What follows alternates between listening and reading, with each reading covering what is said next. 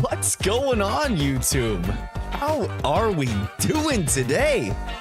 It's Taco Tuesday. Again, guys, it's Taco freaking Tuesday. What kind of tacos did you guys have this evening or day or whatever time of whatever it is for you? How was your tacos? Or how were your tacos? How were your tacos? Mine were phenomenal. That is correct, Blue. It's been 4 streams in a row consistently now that I've had tacos before stream. So when I ask you how your tacos were, I mean it. I come from a place of experience now that I actually had tacos. Good to know. But anyways, I hope you guys are all having a wonderful evening. Welcome. Alex, welcome to the chat. Floss and Flop, how we doing tonight? Blue Ink Studios, gotta love that you're here, my friends. One thing that I wanted to do is actually make Blue a mod for the channel. So I just did that right now, just to let you guys know. But welcome. How we doing tonight? Pie Lord, how are you doing, my friend? Alex, I definitely said hello. The Turtle, the Odd Bros here. Masked Figure is in the chat. Welcome, everybody. How we doing today? How's everyone's Tuesday? It's been a different week for me, you guys. My last day of being employed by someone else was on Friday.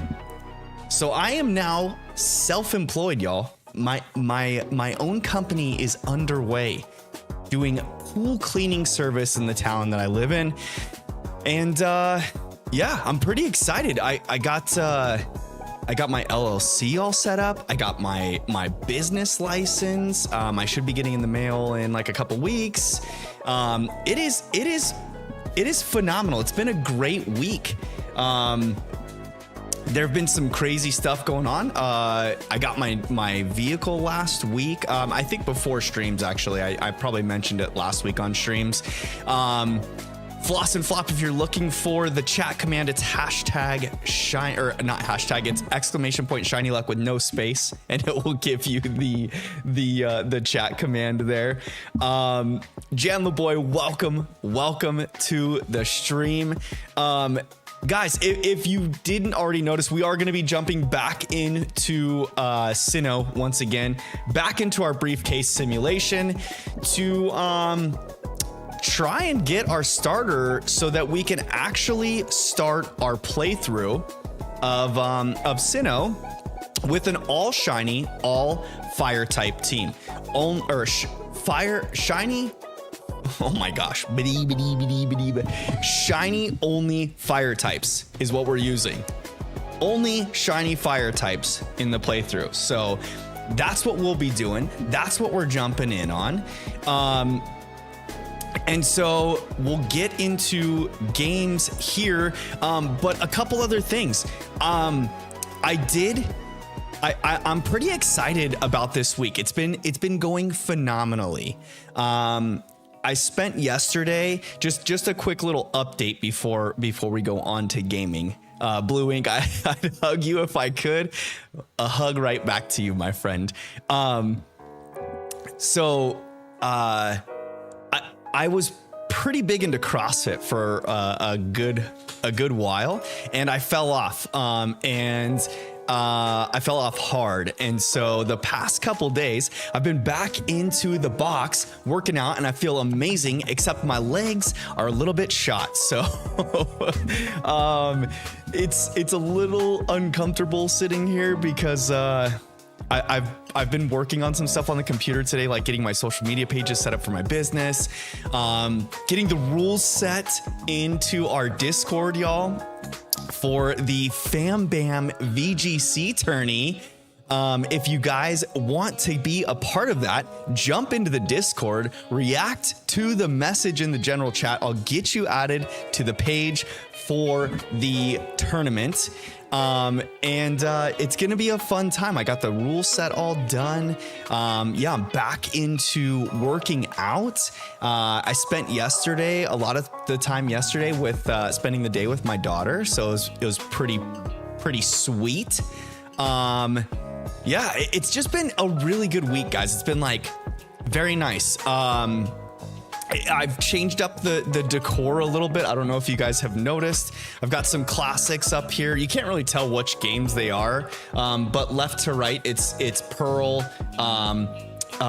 Silver, Soul Silver, Black, Omega Ruby, Alpha Sapphire, then Pokemon Sun, and of course Scarlet and Violet are up there as well. So yeah, I've been tweaking some things here and there. I've got some good footage together too for not only my pool cleaning business, but a couple videos I'm gonna be working on for the page, the channel. I'm pretty excited, guys. It's been pretty sweet. Floss and Flop says we both have 154 subscribers. Congrats on 154 to you, my friend. And I hope you continue to climb to the moon with those subscribers. Mass Figure says, did I miss anything I need to know? Nothing crazy. Blue is now a mod in the channel. With great power comes great responsibility. That is correct, Blue. That it does. Anywho, let's go ahead and jump over to the game scene here because it's time to just get things going. I just want to make sure my counter's working here. It is. Okay, we're ready to go. We can jump into some resets now. The most exciting thing about the stream, the resets. But yeah, it's Taco Tuesday, guys. There's nothing bad about Taco Tuesday. We get to eat tacos, talk with our friends about tacos, and then also stream some Pokemon. Oh my gosh, okay. I thought my controller was ghost riding the whip there. But yeah, we need this pink monkey tonight, y'all. I don't know about tonight, but we do need it sooner than later. I would really enjoy getting started on this playthrough so that we can get things moving along. How are the sounds for you guys tonight? Is everything sounding okay? The music sounds a little bit loud in my ears, so let me know if it's a little loud for you guys as well. Oddbro says, I need to put my team in Showdown and Pokepaste, then I'll put it in there. Yo, for sure. I still need to get my team listed out as well for the tournament. I'm super excited, guys. That'll be on Saturday. We're going to be doing the tourney. I think we were shooting for 10 a.m. PST, I believe is what we settled on. I'll probably communicate with you guys in the Discord just to make sure that that's good with everyone before solidifying that. So keep your eyes on Discord for the start time. That is the start of tonight's shiny hunt. We did not get a pink monkey there, so on to the resets we go. They made TMNT from Fortnite into a whole franchise, Blue Ink Studio says. What? That is sweet. You know I'm a sucker for some good TMNT content. I do love that. So we will make that work. I finished the main story of Kirby and the Forgotten Land, and all that's left is the post game, Alex says. Congrats on finishing the game, my friends. Alex, are you the type of person that keeps track of all of the games you finish? Do you keep like a log or a notebook or anything of sorts, or like a notes on your phone or any sort of thing like that? I've got a buddy that I went to school with that tracks every game that he plays throughout a year, and he keeps them all in like an old school spiral notebook. And writes down every game that he plays in a year, and then always references that those notebooks, or like when he gets done with one notebook, I think he just does one per year, or maybe he like starts a new page for the next year or something like that. But I don't know, just something about that idea is like super satisfying. I'm kind of like a lists person myself, so when I have like a to-do list and I'm checking things off, it's super satisfying for me. So I would imagine that that's kind of probably the same satisfaction, like writing down each game that you finish throughout the year. That would be kind of crazy. Floss and flop with the exclamation point, pink monkey luck. Doesn't work on that one. Does not work on that one. Oddbro says, I started my second year of military marching band last week. Congrats, Oddbro, on the military marching band. Yo, what instrument are you playing in the band?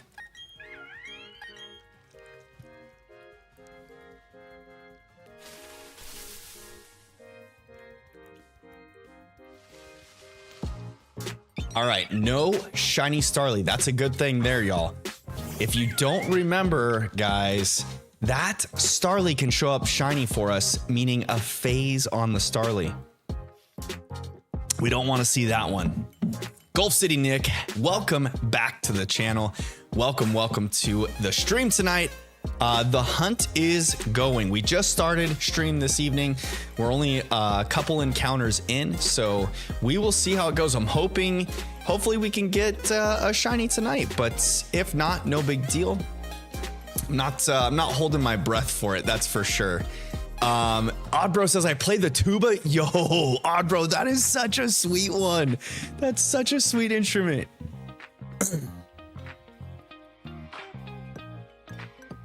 How heavy is a tuba? Like weight wise, how heavy is a tuba?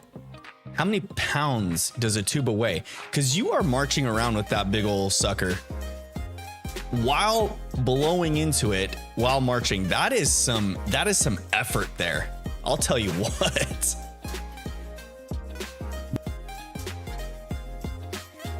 Loading up Showdown, just moves and held item.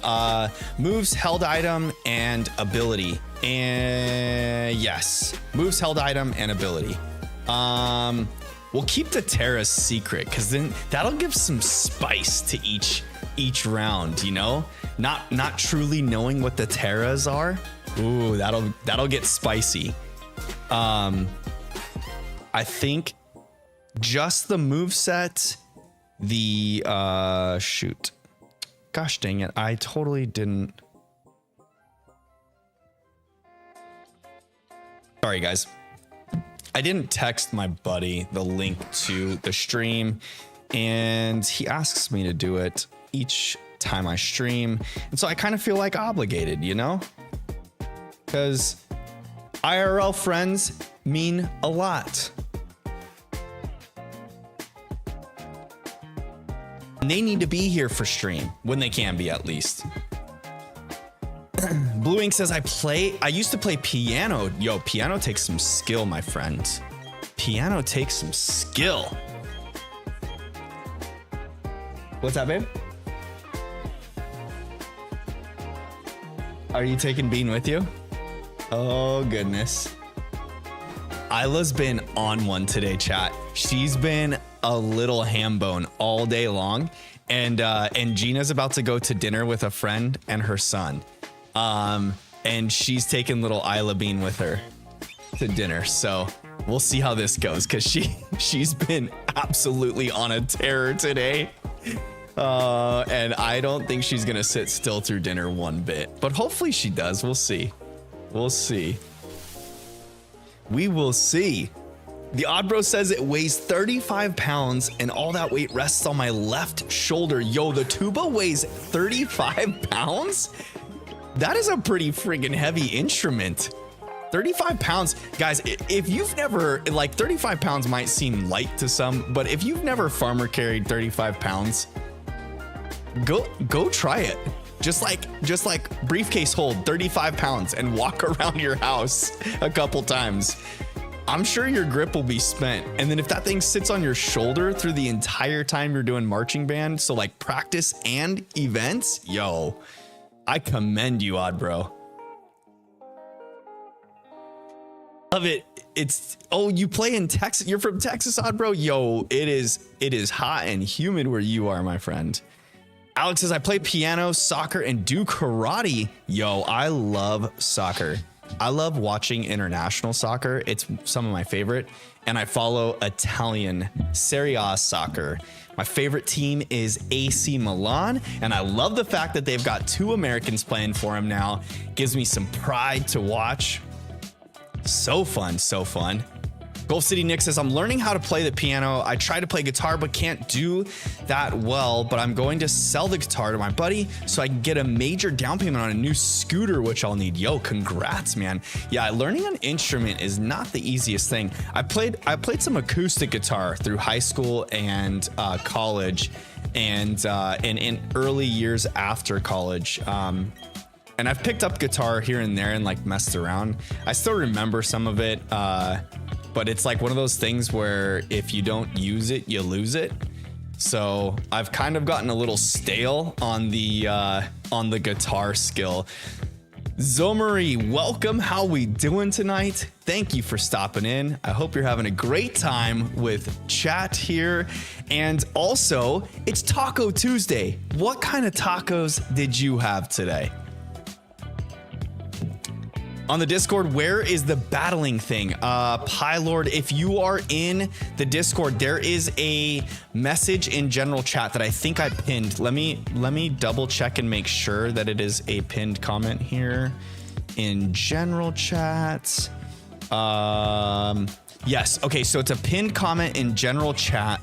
If you hit the jump button and react to that pin with the thumbs up, I will go through and add anyone that reacts with a thumbs up to that pinned comment in general chat. I'll add you to the tournament chat. It's a hidden chat because I didn't want everyone's Discord to get like flooded with a bunch of crap.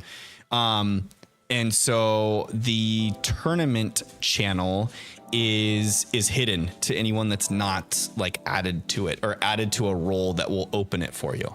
So if you react to that with a thumbs up, it is a post in general chat, and react to that later on after stream. I'll go back through and add anyone else that reacts to it to the VG Tourney channel, and that is where the rule set is posted. That's where everyone's gonna be posting their teams, all of that fun stuff for Saturday's tourney. So if you want to participate, Saturday is the day that we'll be doing that. And yeah, just jump into the Discord, react to the pinned comment in the general chat, and then I'll get you added to the role that will open up the VG tourney for you. I missed some chats here. Mass Figure is gonna be back. No worries. We'll see you in a sec. You should watch Henry Danger, Alex says. My kids watch Henry Danger, actually. I know exactly what you're talking about. Zarmary says, I'm good. How are you doing? I'm doing great, Zarmary. Thank you for asking. I appreciate that. And I'm glad you're doing well as well. I hope your tacos were delicious. Pilot says, despite my lack of action in any Discords, I'm definitely in it. Yeah, no worries. If Pylord, if I remember, or just DM me on Discord. If in that way, if I remember, I'll go back through and add you to the proper role that will open up the VG Tourney channel for you. That will be easy peasy lemon squeezy. I'll just double check it after stream tonight. Floss and Flop says, what is your favorite Gen 7 Pokemon? Gen 7 Pokemon. That would be Sun and Moon, which I didn't ever play. Despite me having a copy of it, I never played it. I just got that copy last week. But if I had to pick, I would probably say off the rip, Alolan Raichu. Because who doesn't love... Well, for one, Raichu's my favorite Pokemon, but then you have a pancake psychic surfing loving Raichu.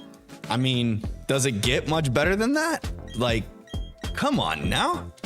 Come on now. Floss and Flop says mine's probably Beware. Ooh, Beware's a good one. I didn't realize, I thought Beware was from Gen 6, but that shows you I didn't play 6 or 7. What time will the tournament start? The Odd Bro says. I was thinking that we could start at like 10 a.m. PST. I'm open though. I figure if we can get together and chat in the tournament channel, we can kind of figure out a time that works best for everyone. I want everyone to be able to participate that can. So I don't want to like hard lock it to a certain time that only works for me. I will make the time work. I don't think that the tournament's going to take too long. It's just best of threes, doubles format. So we should be pretty good. We've got 5 participants right now. So hopefully we can get a full, at least 8. 8 would be great. If not, we'll make it work with whatever we get. Pylord says, I don't think I see it. How long ago did you post it? It's a pinned comment in the general chat, Pylord. So if you go to general chat, there should be a pin at the top. I'm trying to think, if you're on Pylord, you usually use mobile, right? When you're in Discord. So let me see here. If you're on mobile and you go to, let me try it here. And I go to general. If you, let's see. Yeah, okay. So if you're in general chat, hit the general chat title across the top of your phone or mobile device. And then across the top there should be one that says pins. It'll show you the comment that I made about creating the tournament. And you should be able to pull up that comment and then react to it from there. That should do the trick. Just give it the thumbs up reaction and I will get you added to the tourney page. Alex says, I'm going to leave, be back in a few minutes. We will be here when you get back. What's your favorite Gen 8 Pokemon? Mine is Phalanx, says Floss and Flop. Favorite Gen 8 Pokemon? Let me think. Like off the top, I would probably say Corviknight, maybe. What are some other Gen 8 Pokemon that I'm not thinking of right now? Because Gen 8 was when I came back to the Pokemon space. Pokemon. Let's see if I can get a Gen 8. Oh, Rillaboom. Rillaboom for sure. Rillaboom, definitely. Bye, baby. I love you. Have fun at dinner. I'll see you later. Yeah, definitely Rillaboom. Rillaboom is my favorite from that gen. I loved the Grookey line. It doesn't surpass the Turtwig line for me, but Rillaboom for sure is my favorite final evolution for grass starters. Definitely. Zormary says they were good. I'm just chilling and drinking Powerade right now. Yo, gotta love some Powerade.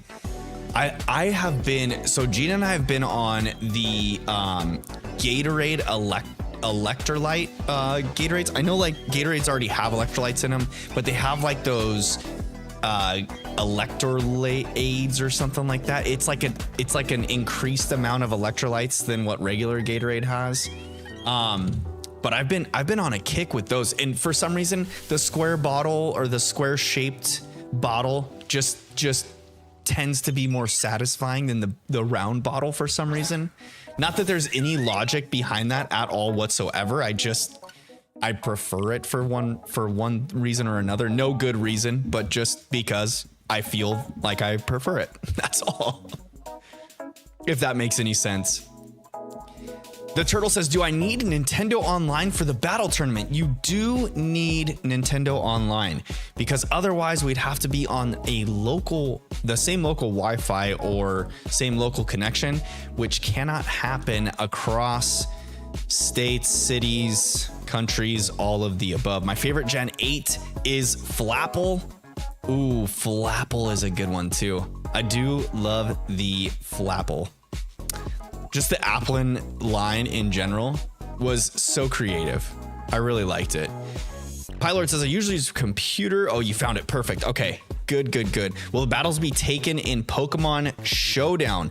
We are going to play on Scarlet and Violet. So if you are going to participate in the tourney on Saturday, the battles are going to be in Scarlet and Violet. It is the team building rules are based off of the most recent the regulation G rule sets. So 1 restricted legendary per team. Everything else is open. No mythicals, all of that good stuff. What's faster, paint drying or shiny hunting a legendary in this game? Yo, dude, the resets. I was not prepared for a reset hunt of this magnitude, I don't think, but I feel like this is like a necessary thing for shiny hunters, you know, in general, to witness at some point or to put themselves through. So I'm just happy that I'm doing it with you guys to be able to enjoy this a little bit more. So yeah, I think that's great.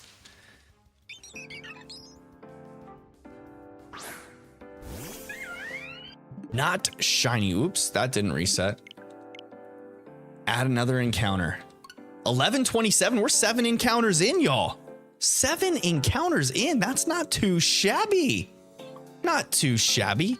The Oddbro says, I don't know what the point was of making Hydrapple. Dipplin was okay, but giving one of the Applin's evolutions another evolution while the others don't get one just nullifies the other 2. Yeah, I guess so. It also, well, it makes Applin kind of competitive viable, I guess, because you're giving it a 3rd evolution with some base stats that are actually competitive instead of the Appleton and Flapple lines. Kind of just fell short of that, right? Since we're on the topic of our favorite Pokemon from different generations, I got favorite from every generation from 1 to 7. I'm not familiar with gens 8 or 9's, Armory says. Yo, I feel the same way, except a little bit flip-floppy for me. Because so as a kid, I played Pokemon's gens 1, 2, and 3. And then there is a huge gap in my Pokemon playing time because of my age, where I land in the Pokemon space. I was through high school and college, through a lot of like, through all of the DS era and 3DS era until the tail end of it, like Sun and Moon. And Sun and Moon, I was on my own as an adult, starting a family. I didn't really have a whole lot of video gaming experience just yet in the adult world, besides building my own PC and then getting into PC gaming a little bit. But that did bring me back into Pokemon gaming because I downloaded some emulators for like Fire Red and Leaf Green just for nostalgia factor. But it wasn't until the Sword and Shield releases that I got back into Pokemon.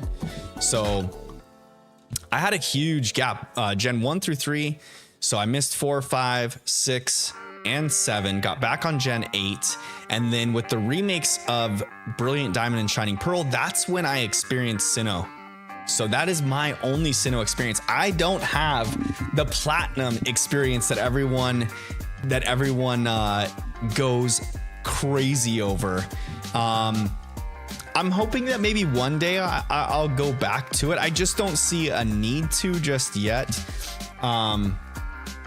But maybe I'll venture backwards and grab platinum at some point. I have Pearl here. It came with like, I was looking for other games and Pearl came with a group of games. And so I got lucky and got Pearl in a batch of games. And so that's why I have that.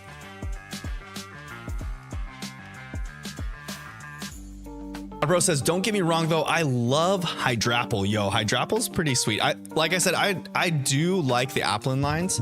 I like that they added another evolution in Dipplin and then and Hydrapple after that. I do get what you're saying though, the Odd Bro, of like kind of like undercutting the other two evolutions, right? Because you gave the Diplin line a third and final evolution in Hydrapple, whereas the other two don't really get that, which is kind of frustrating. Pilot says, my brother broke one of my remotes, stopping me from playing any Pokemon games except Pokemon Let's Go Pikachu. Yo, that's okay. So Let's Go Pikachu and Eevee. I picked up Let's Go Pikachu to start playing, and I got to about Viridian Forest and then stopped because I'm not a huge fan of like the Pokemon Go catching mechanics, to be honest. And yeah, I don't know. I need to go back and do it because I know that shiny hunting's pretty fun in those games. I just haven't worked up the courage to do so because I've been having so much fun in Scarlet and Violet, and then doing things like this goofy playthrough here of Shining Pearl. So I've got other things I want to do first. I will eventually get back to that as well. Alex says, I want Machamp to get a Mega Evolution in Pokemon Legends ZA. That would be pretty sweet. My son Chandler would probably love that as well. His favorite Pokemon is the Machop line. Well, Machamp is his favorite. I think because, okay, so a big reason why I got Diamond and Pearl, I got Pearl first, was mainly for my kids to be able to play, because I was playing Sword and Shield and going back to like some DLC stuff, and then also Legends Arceus. When I got Pearl, I got Pearl for like around Christmas time, and then got Legends Arceus when it came out in January. And so like the entire month of February, March, I was playing Arceus, and my kids were playing Pearl and Diamond, and I had like sped run through Pearl just so I could get like the story and the backing behind like Diamond and Pearl in Gen 4. So I pretty much finished it in like a month's time. But yeah, my kids were playing Pearl a lot, and Chandler found a Machop like early on in the game, and I was like, oh dude, you can trade that one to evolve him when he got to Machoke. And he thought that was like the coolest thing in the world, that you could trade a Pokemon and it would evolve. And so Machamp became his like all-time favorite, also because of like a couple Pokemon cards that he had that were Machamp Pokemon cards. And so he loves the whole Machop line. All right, let's go Pink Monkey right here. Come on now, baby. Zarmi says, for me, it's 1 Charizard, 2 Tyranitar, 3 Melodic, 4 is Empoleon, Gen 5 Hydreigon, Gen 6 is Aegislash. Ooh, that's a good one. And 7 is Decidueye. Ooh, Decky Dewey. Decidueye is a good one. I was excited to play with Rowlet in Legends Arceus. And the Hisuian Decidueye, I like its design quite a bit. Unfortunately, I won't be able to shiny hunt my team, but I'll be able to make a team. Yo, that will be more than fine, Pylord. I couldn't play. I haven't been thinking about competitive often, but now my brain is working amazingly. Nice. Congratulations. I'm so excited, Pylord. I hope you get that team put together quickly. If you need help with any of that stuff, just DM me in Discord. I'll see what I can do. Oddbro says, I saw a Feebas outbreak in Violet last week, which is very rare, but it was 10 p.m. at the time, so the outbreaks were going to reset soon. Luckily, I got a shiny one before midnight. Congrats on the shiny Milotic, Oddbro. What a great find. Having a couple hours left in the evening, just on the buzzer beater before the time runs out. You're just rushing to get that shiny. It's a little bit of anxiety inducing right there. Pylord says, the Bronx is crazy. I hear police sirens almost every night, at least once, and I'm not even in a really bad area. Yo, I feel like big metropolitan areas kind of have that in common. I remember when Gina and I first started dating, she took me to San Fran for Father's Day, I think it was, or my birthday, one of them. But we went in like, let's see, it was before summertime. It was like maybe April-ish or something like that. But I remember being in the hotel and like in the evening, you can hear sirens pretty regularly going off. Gulf City Nick says, as long as they return the Pokemon. As long as they return the Pokemon. Did I miss something else? I must have missed something else. Let's see. What else did Gulf City Nick say before? I'm not seeing it. Nick, were you referring to helping others with their competitive teams, maybe? I'm not sure. Zarmary says, funny thing, I got shinies for Empoleon and Hydreigon once. Were you able to send those up to the current generations too? That's one thing I like. I have serious FOMO of not having such a big gap in my Pokemon playing time. Because I'm quite the bit of a collector when it comes to the Pokemon. I really wish that I kept my consoles and stuck with it through like high school and college and whatnot, because I know I would have been into like the catching mechanics and everything, or the catching and collecting of Pokemon, and then being able to trade those up along from generation to generation. Oh man, I just feel like I missed out. I think that'd be so cool to be able to, you know, like go through a playthrough of one game, like Scarlet and Violet, for instance. Once home opened up, to transfer in some of your old, you know, like Gen 3, 4, 5 Pokemon, and then take them to the Academy tournament and earn them the champion badge. That would just be so cool. Gulf City says, no, some people trade and the evolution trades. Yeah. So as long as they return the Pokemon. Yeah, no, that's for sure. Well, Chandler hasn't had that experience yet because he only trades with me. He doesn't have a Nintendo Switch Online account yet. He's still pretty young, so I don't really want him venturing too far into the deep corners of the internet just yet. But yeah, so when he trades, we're just on local Wi-Fi.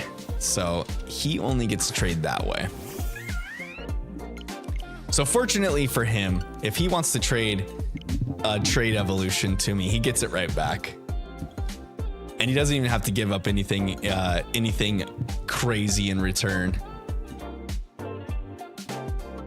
Pilot says, one time I was dropping my grandma off at her apartment, which is in a bad area, and it was stormed with police and a few ambulance, but it was short-lived. Oh man, that's a little scary. Yeah, hopefully your grandma is okay in that area, because that could be nerve-wracking to have some family members in spaces of high traffic and danger areas.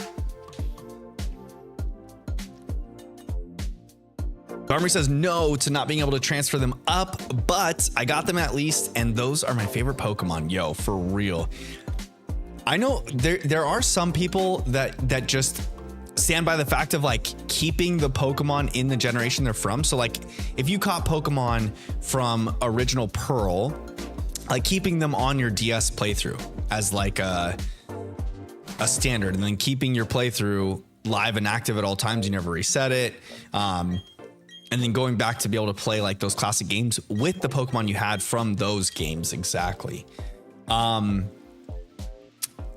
totally understand that mindset. I personally wouldn't probably buy into that mindset. I've always been like, since I've been back into Pokemon gaming, I've always had that FOMO of like, oh man, I never played like Gen 4 on the DS and was able to trade a Pokemon up from the DS all the way to the Switch, which I think would be a cool experience.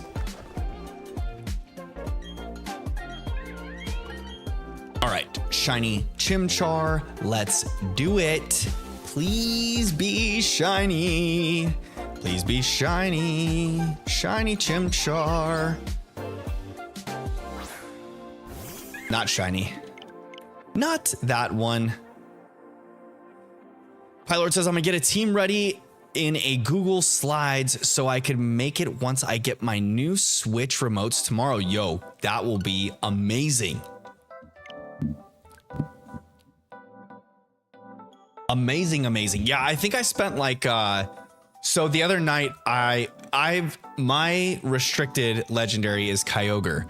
So I spent like, I don't know, probably half hour to 45 minutes the other night just paying snacks worth all of the blueberry points I needed to finally get the Kyogre snack. It was like, okay, so I don't know if you guys know, but like when you're getting legendary snacks from Snacksworth, they're completely random on which ones you get. You just have to like complete so many blueberry quests, and then as you complete them, well, I haven't gone back to Snacksworth since completing like the first 10 to get the first snack. Well, the snacks are completely random on how he gives them, in what order he gives them to you. It's not like a set order. So I just had to keep going through like all of those encounters with Snacksworth and him telling me the stories of where each of these legendaries are until I got Kyogre snack, which was like, I don't know, probably, I think you can get a total of what, like close to 30 snacks from him. And I think Kyogre was like 22 for me. Then I finally got it and then went to Kyogre's location to catch it. Which took me a little while because if you don't know, legendaries catch rates are a little hard.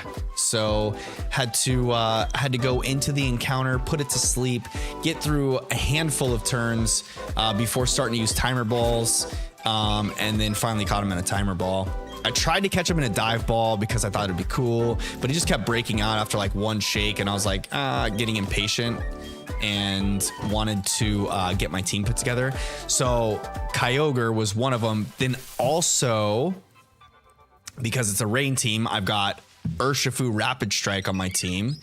And so I had to catch a Cubfu because I don't remember where I put my other Cubfu in my Pokemon home, and I didn't really want to go searching for it. So I thought it would be faster just to get Cubfu in Scarlet and Violet since I was already giving snacks to Snacksworth. But Cubfu was after my Kyogre snacks, so I had to keep going more. Yeah, it was just, it took a lot longer than I thought it was going to. But all in all, it was only like a couple hours of getting my team all put together, EV training them, getting them all set up with their proper move sets. I had to do a couple egg moves for a few of my Pokemon. So, you know, the mirror herb trick and the picnic. If you guys don't know that trick, if you need to put an egg move on a Pokemon, you get them into your party, you remove a move slot, like forget one of the moves so you have an open move slot, and then whatever egg move you want them to learn, you need to find a Pokemon that learns it by level up. Get them to that level, put that move on their move set, have your Pokemon that you want to learn the move hold the mirror herb, and then start a picnic with those two Pokemon in your party. And the mirror herb will like grab the egg move from the Pokemon that has it and put it onto the one that you want it to be on. Quick and easy way. It sounds pretty complicated, but there's plenty of videos on YouTube that tell you how to do it or explain it. And it's fairly easy. Instead of hatching a bunch of eggs over and over to get the move, you can just mirror herb it right onto the Pokemon you want it on. Darmery says that Empoleon was in Platinum and Hydreigon was in Pokemon White. Yo, those are some great shinies to have.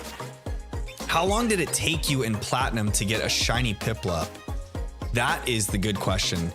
Because I'm sitting here in Briefcase Simulation on encounter 1135 here. This will be 1135, y'all.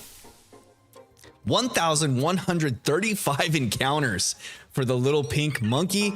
Is this gonna be the one? No. Oh, darn. No. Not it.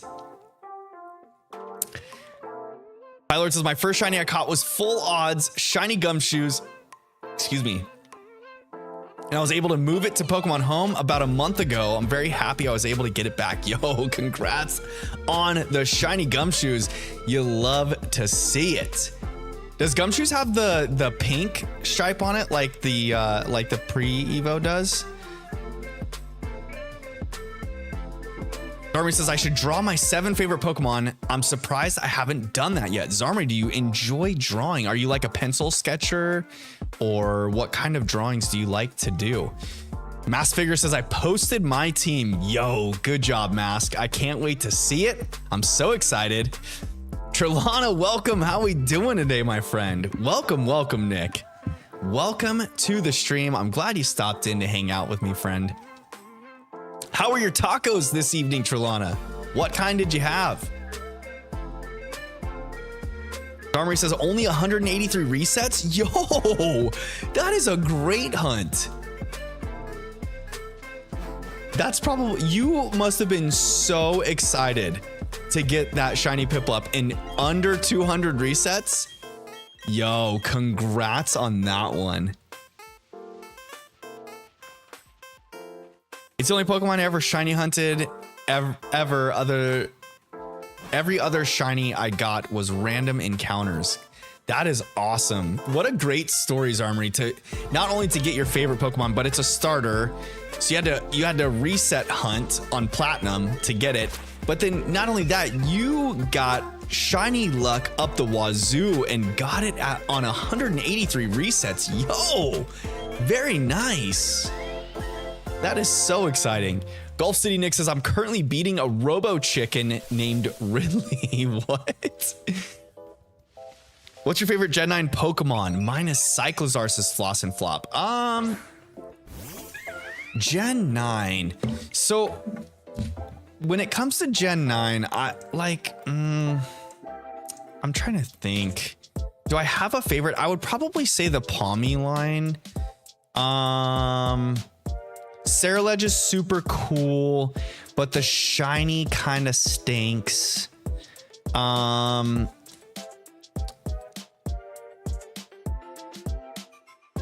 The Citadel shiny, the Citadel lines shinies for Citadel and Cititan are super cool, but I wouldn't say that I'd like necessarily like that Pokemon a lot. So I'd probably say Palmo, or I'm sorry, Palmot. Palmot's probably my favorite, like the Palmy line in general. It's got a good shiny. It's my favorite type. It's kind of a Pika clone, and I do love Raichu. So I'd probably say Palmot, Palmy, Palmo, Palmot, Palmot. Probably Palmot when it comes to Gen 9.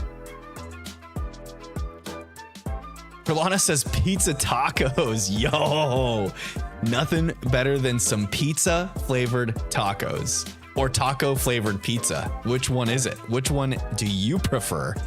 TC Mua, welcome. How we doing tonight, my friend? How were your tacos this evening? What kind did you have? Oh, Gulf City Nick says I'm playing Metroid Prime Remastered. Okay, that makes sense now. That makes complete sense now. What's your favorite Gen? Wait, what? This is just some big number. Mine is gibberish. I don't think that either that's a typo or a joke.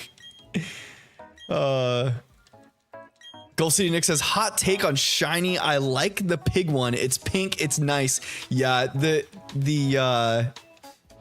Oh shoot. What's the Pokemon's name? I can't think of it right now. Lechonk.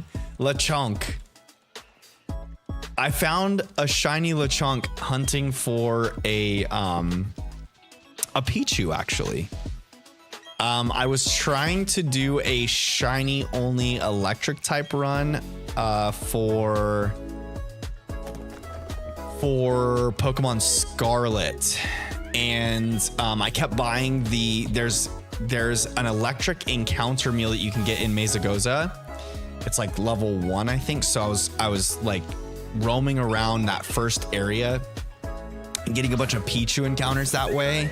But also Lechonk shines. So I found a shiny, but it wasn't the one I was looking for. So I just kept going on with my playthrough and, and just avoided the whole shiny only idea. The hardest one to hunt though is Tauros. Yeah, depending on which one you're looking for. And it also looks so similar. Like it's I think the mane and the coat, like the mane and the body coats are flip-flopped, right? But it's in the scarlet and violet lighting. It looks very, very similar. It was a joke, not a typo. Got it. Got it. Darmary says, I got Shiny Makuita, Meryl, Poochyena, Zubat, Dino, which became the Hydreigon, Duskull, Tentacle, Zigzagoon, Pikachu, Geodude, Doduo, and Dialga. All great ones. I love Geodude shiny. He's just a little golden popcorn boy.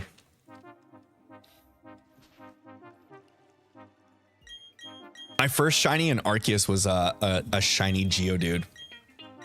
Mass Figure says, so I may have did a thing. Oh gosh. What happened now? Did you get another clip? Oh, okay. I ordered a Kirby amiibo that comes after tomorrow. Yo, sweet. That's fun. I've never really gotten into the whole amiibo thing with the Switches. I know they like, if you get the amiibos, it like adds like profiles and costumes that you can add to your, or like profile pictures and costumes that you can add to your Mii. Is that correct? They probably do something in game too that I'm not aware of.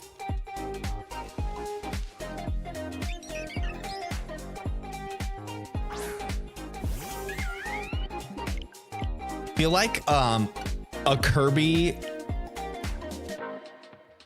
cosplay of Link, or like a Kirby looking Link. You remember the like when Kirby swallows Link in Smash Bros and he gets like the little Link hat and sword? that would go so good. Like as a Funko Pop or some sort of like figurine model. It's probably already been done. I've never seen one, and I think that would be awesome.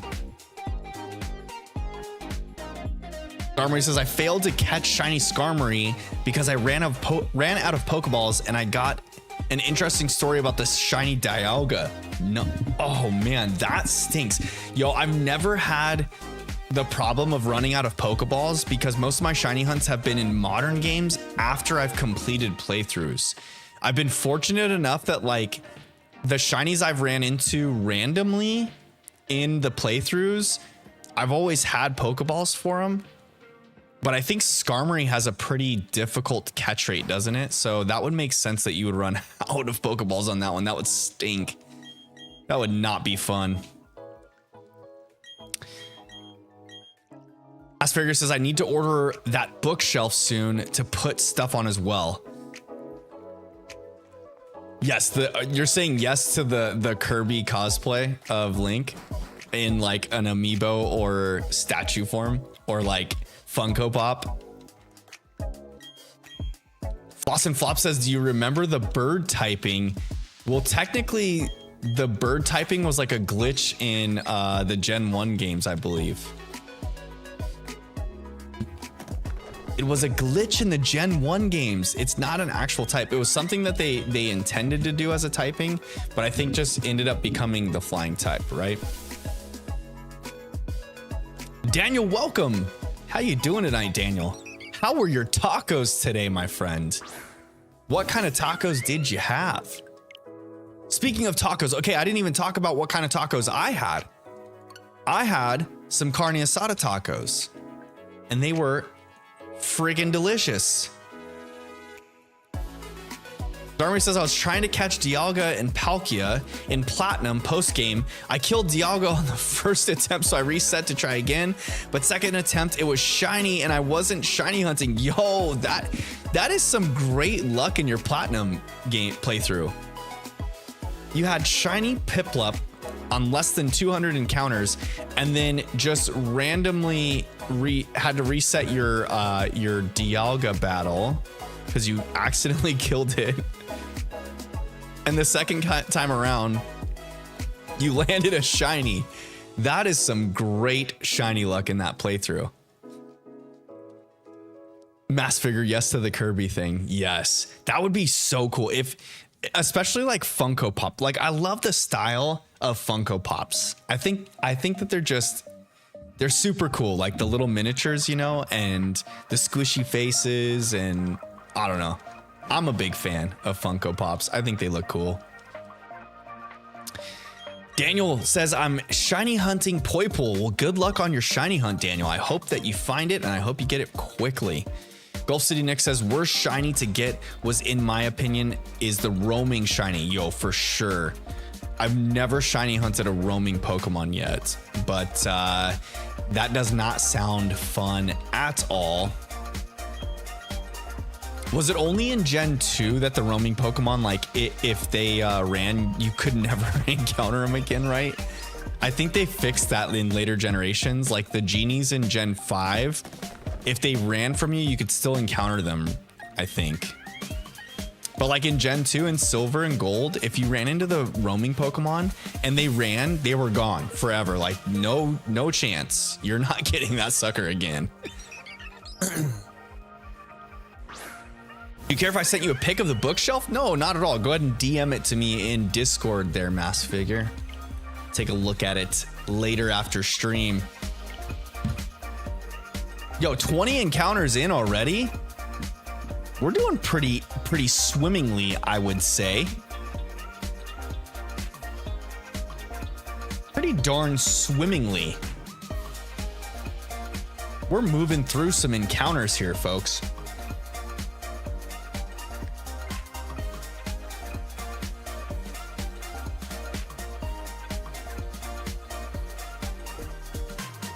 Yo, guys, my legs are so friggin' sore from being back in the gym.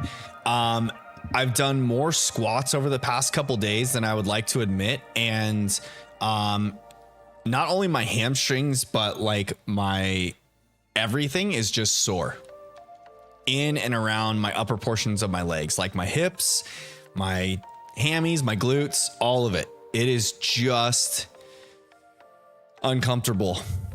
But good. It's a good feeling. Eli, welcome. How are we doing tonight, my friend? How were your tacos today, Eli? What kind did you have? I hope you had some delicious tacos on this wonderful Tuesday.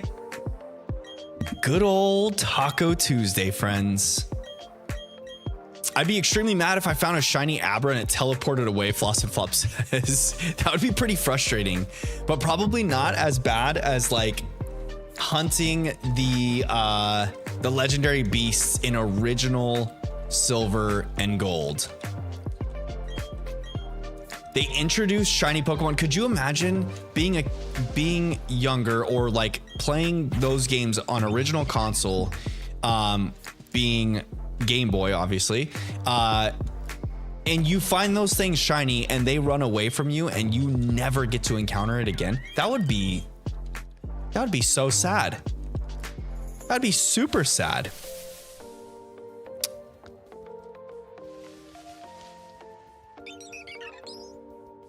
Gulf City Nick says Gen 3 they could roar and the game would delete the Pokemon outright. You can get lucky though. Oh wait, the roamers would be able to roar in Gen 3 too? Oh shoot, I didn't realize that. And then the Pokemon would just go away forever in Gen 3 as well. So they didn't fix it until Gen 4 maybe? Eli says, when I was shiny hunting Zora earlier, I found a shiny Murkrow. Congrats on the Murkrow find. You love the little pink buddy, the little pink birdie boy.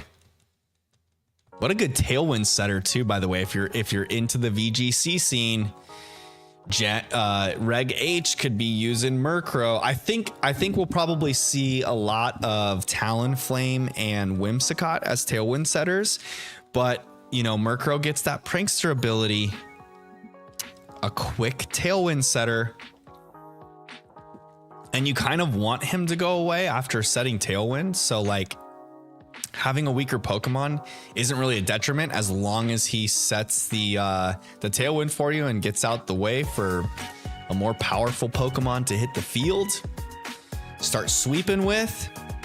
Mass Figure says, I've got a shiny Abra from Arceus. Yo, that's a good one to find. Also, Flop says, I got 4 Rayquazas in Pokemon Go. Is Rayquaza a common Pokemon in Pokemon Go? Eli, you named your shiny Murkrow Jelly? Like grape jelly? That's a good one. Mass Figure dropping the shiny luck. The shiny luck command. You love to see it. We should ask the Magic 8-Ball if we'll find the shiny tonight. That would be a good one to ask. I'm gonna do that one. Will we find the shiny tonight? Exclamation point 8-Ball. Let's do it. It should. Oh shoot, is that not the command? Did I get the command wrong? I think I got the command wrong. Let's see. String elements. Go to, oh man, I'm not logged in. Come on, stream elements.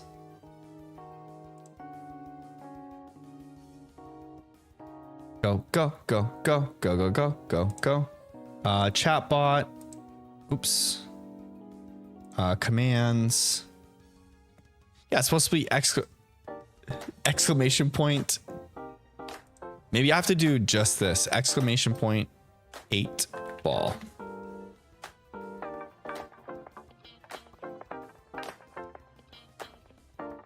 Has to be just the command? I don't think so. It looks like it's not working. Why is it not working? I have it turned on.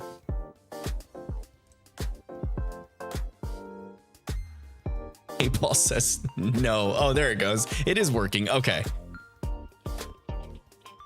It is working. Okay. Too much fun with the 8-Ball command. All right, that's another encounter down. No shiny Chimchar there. Gosh darn it.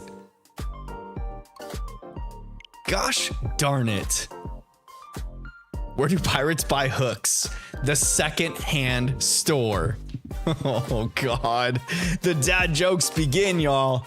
The dad jokes begin, and they do increase our shiny luck. The 8-Ball says 9. That means no in German. Eli says, I don't know why, but my cat is starting to come into my room and sleeping under my chair. It's nighttime right now, and she's still waiting outside my door. She just likes your room. Maybe you have a nice cozy room, Eli. Oh man. I think I'm getting a monsoon outside. There are some winds picking up outside and it is looking gloomy. Do any of you all live in the Southwest where you get monsoon season? I'm in Arizona, so we get hardcore monsoon season right about now. Blue Ink Studio says, what do you call a guy? Yeah, start the what do you call a guy jokes. Here we go.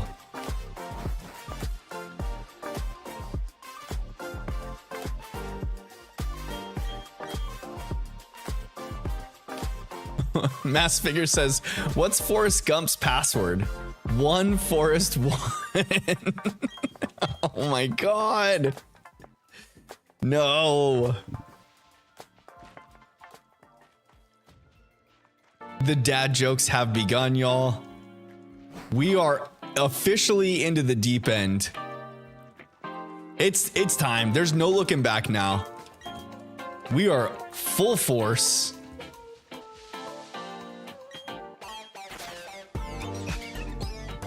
Why is it bad to iron a 4-leaf clover? Because you should never press your luck. They do just keep getting better. Eli says the cat has been acquired. Snuggle that little fuzzball. Give it all of the snuggly wugglies.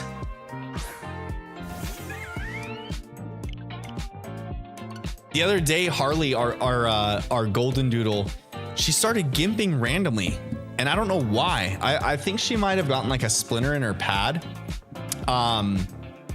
But she's been fine today, so it's been good. It was like 2 days ago. She was gimping pretty bad. The next day she like lightened up on the gimp, but she still had a little bit of a gimp.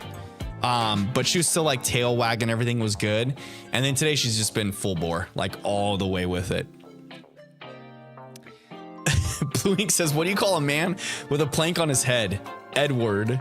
What do you call a man with 2 planks on his head? Edward Wood.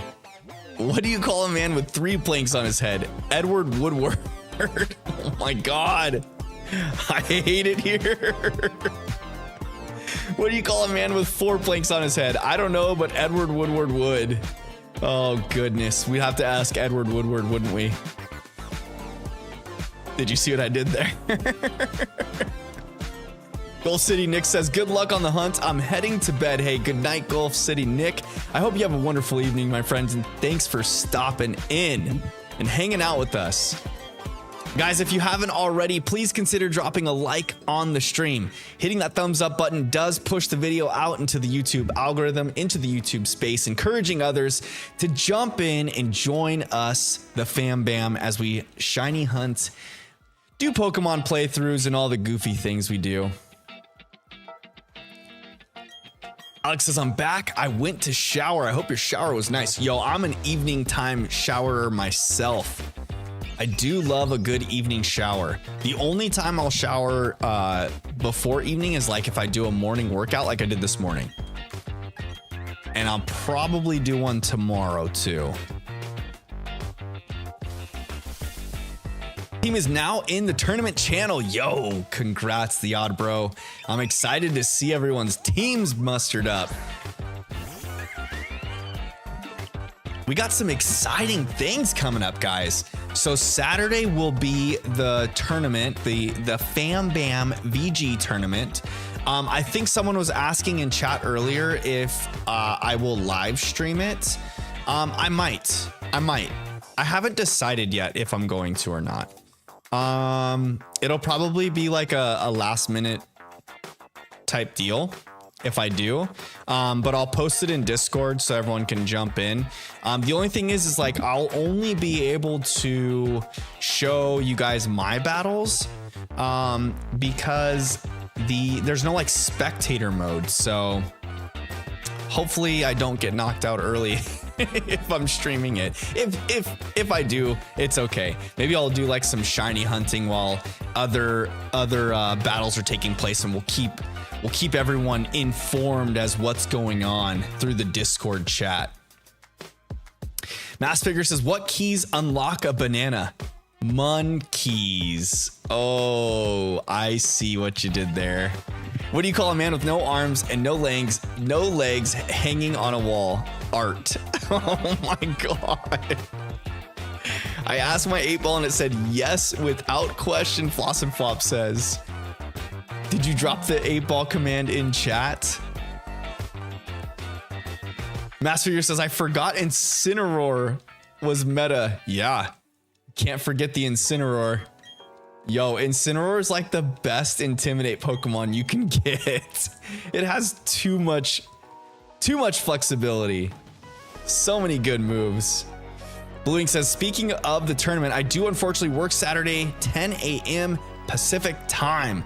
Yo, oh, you know what, Blue? I think you wanted me to take you out of the tournament anyways, right? Even before knowing that.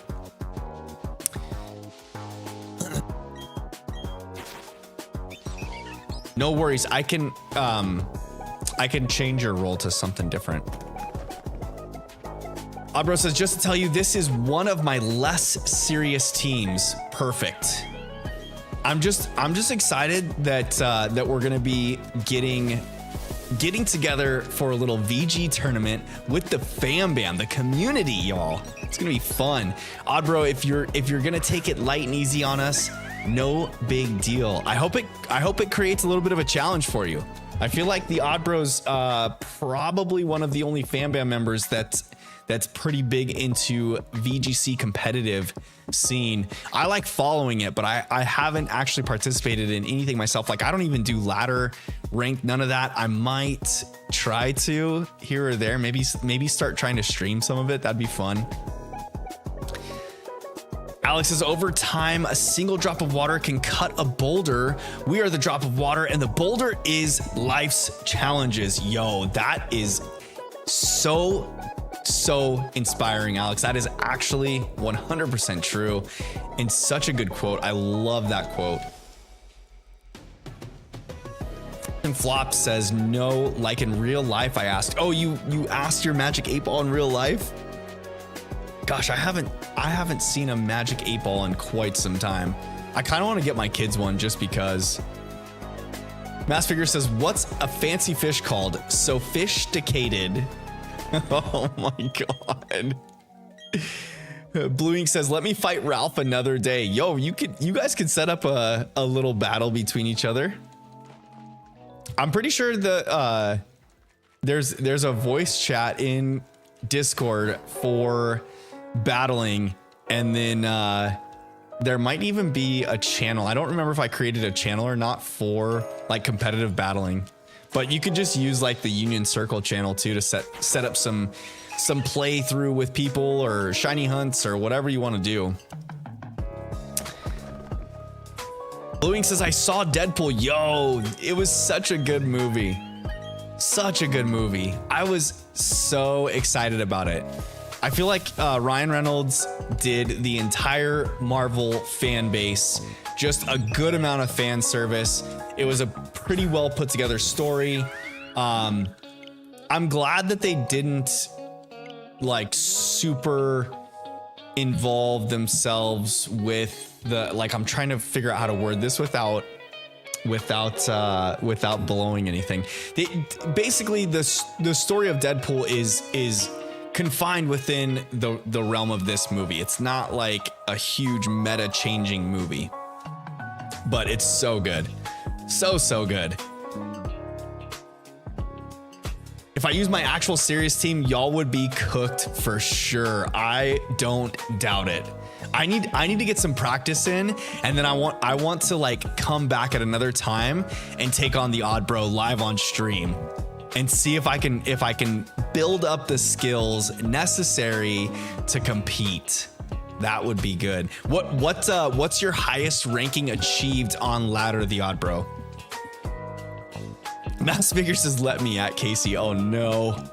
I made a team in like 5 minutes, the turtle says. Yo, it's pretty easy to create a competitive team in Scarlet and Violet now. With all of the vitamins, the mints, all of that kind of stuff. You don't have to do all the breeding that you used to have to do. Egg moves are easily transferable. It's so much more convenient than it ever has been. And I feel like that's a big reason why we see so many more competitors in the VGC circuit. A lot of these tournaments are seeing extraordinary numbers that they've never seen before. Oh, the puppies are going crazy. Harley, Lambo, come here.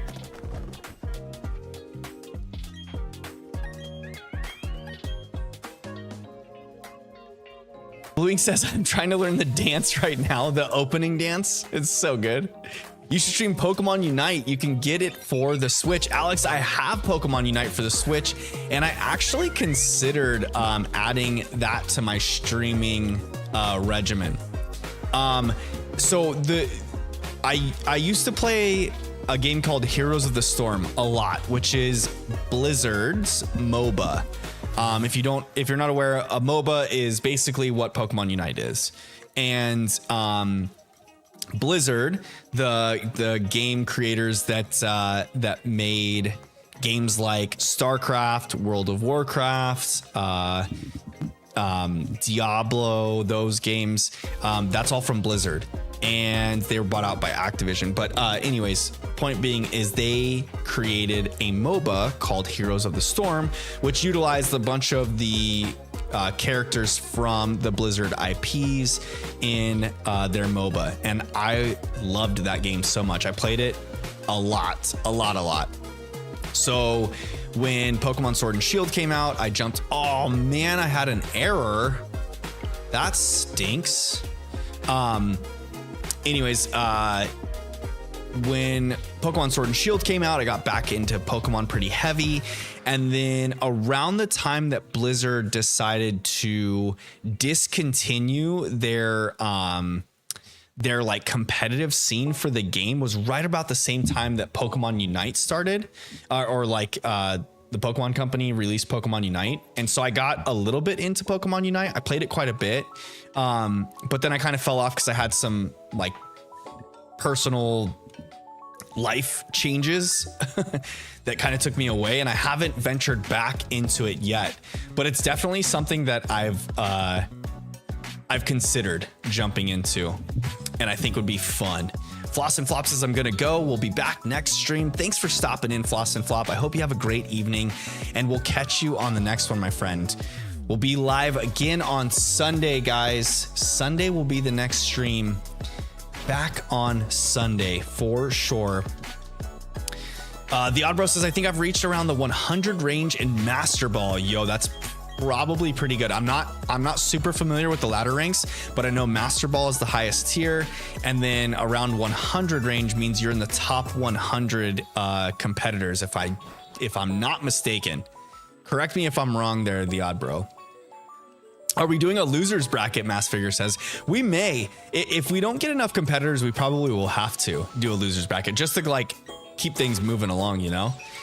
Pylord says I love the Deadpool and Wolverine movie. I like almost every movie Ryan Reynolds is in. Yo, for reals, Ryan Reynolds is such a great actor.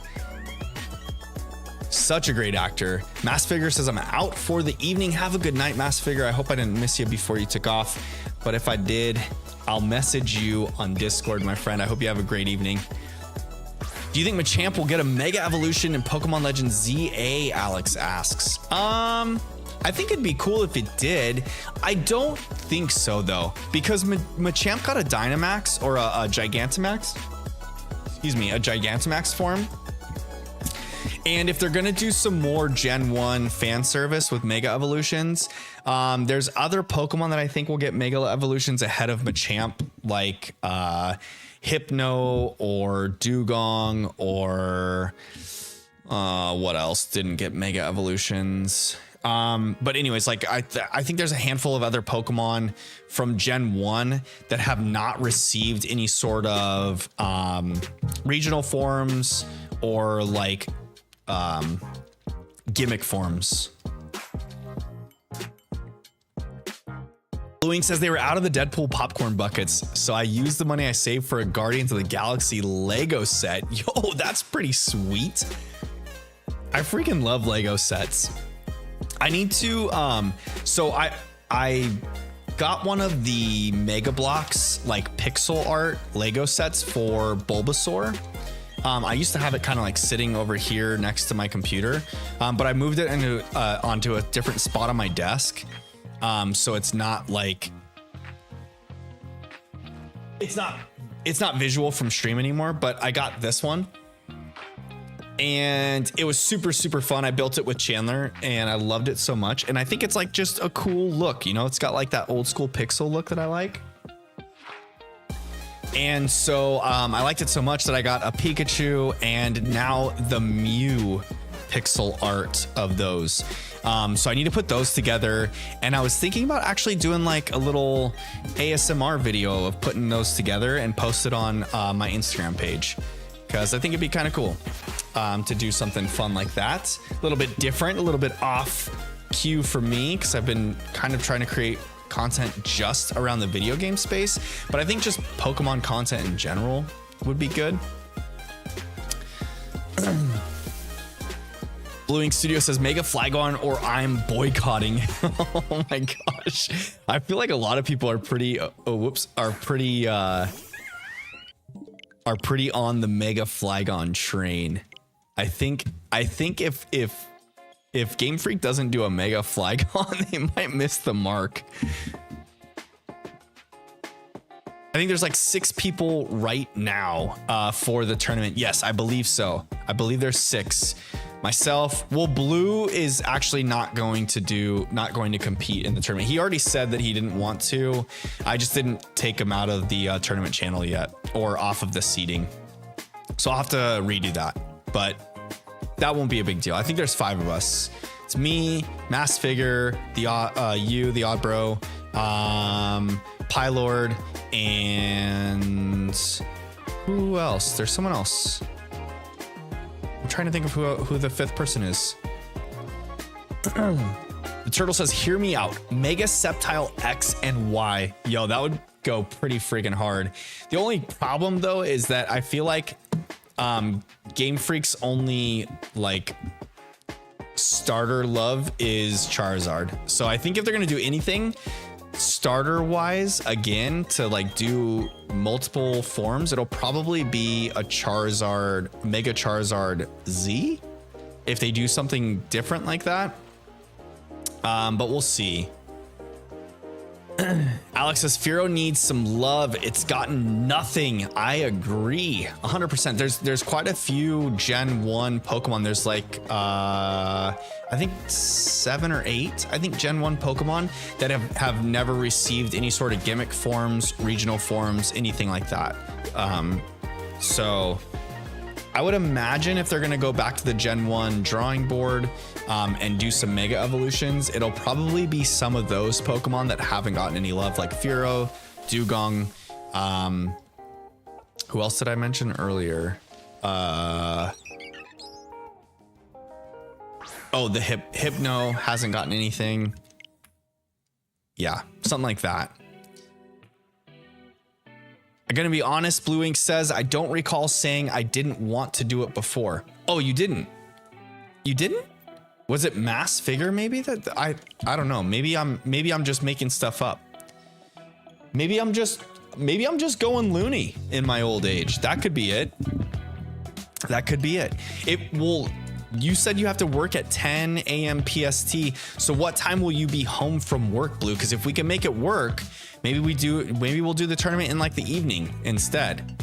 If it works better for everyone to do it in the evening, we can try that just to make sure that everyone is able to participate. I'm open to timing for it. So let's try and get it figured out and do it all together. Find something that would work for all of us. Pylord said, what's a strong, hard-hitting fire type? I'm only thinking of Incineroar, Torkoal, and Armarouge. Usually Armarouge is used as a psychic hard hitter for expanding force with Indeedee, but I would say probably like Chi-Yu, I think, is probably the hardest hitting fire type besides Torkoal, because Torkoal is going to require a Trick Room, all that good stuff. Oh yeah, Oddbro just commented right there. If you're looking for offensive fire types, Gouging Fire or Chi-Yu would be good options. Gouging Fire, always forget about that one. Imagine there's a 3rd Mega Charizard variant, but no Mega Flygon. It's very possible, Pylord. It's very possible. Blue Ink says around 1 p.m. PST. Yo, we can push the tournament back and like do it mid-afternoon instead. You know? That'll work. On Saturday, I don't have anything going on particularly. We are just prepping to go to England. So I've got stream on Sunday, stream on Tuesday, and then Wednesday evening we take off to England. So I won't be streaming. I'll miss the following Tuesday, and then I think I'm only missing one stream actually for stream times. Let me see here. Excuse me. So next week I will stream on Tuesday, and then that Sunday I wouldn't normally stream. So I'll miss stream on the 20th, and then I come back on the 25th. So depending on jet lag and what we have going on, I may or may not stream on the 25th. If I can, I will, but it'll probably be like a that day decision on Sunday. So follow me on socials or in Discord, and I will make that decision. That it'll probably be a day of decision for that one. So if anything, at the very least, I'll miss 2 streams. And then I'll be back for sure on the 27th, back to stream there. But yeah, so we've got this Sunday, the 11th, the 13th, and then I wouldn't stream that Sunday, the 18th anyways. I'll just miss the 20th. And then normally I would stream on the 25th, but that'll be a game time decision. That'll be a game time decision, y'all. Good idea. Oh, your Pylor's thinking of Chi Yu. Nice. Gotta love the Chi Yu.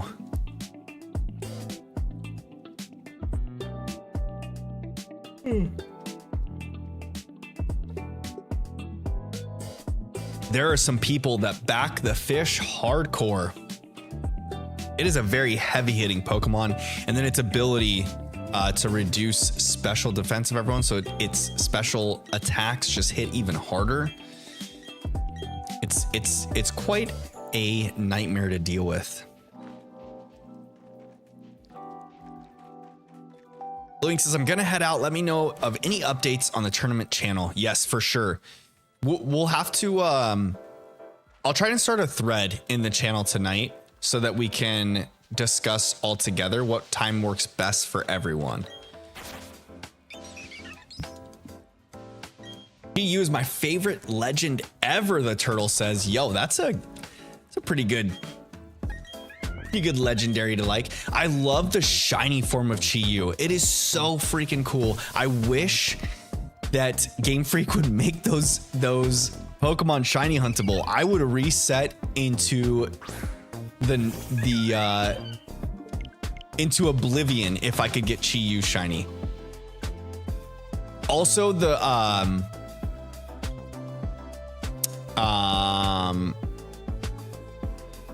not Wochian's the slug. Tinglu is the bull, right? The antler. What is it? A deer or something? Oh my gosh, I can't think of Qianpao. The Qianpao. Oh my gosh, my freaking stream deck's going crazy. The Qianpao shiny and the Chi Yu shinies are phenomenal. So good. There we go. If Charizard got more love, why kill me? Alex says, yo, I wouldn't be surprised. Game Freak does love to give Charizard some love. So don't hold your breath, guys. It could happen. It do be like that sometimes.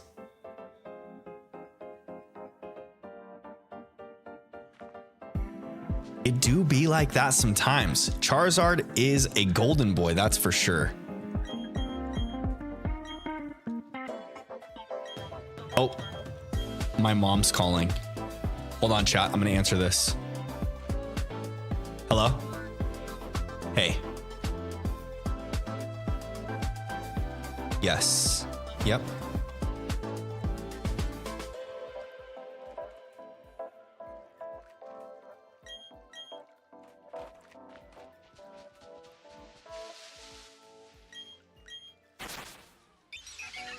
Mm-hmm.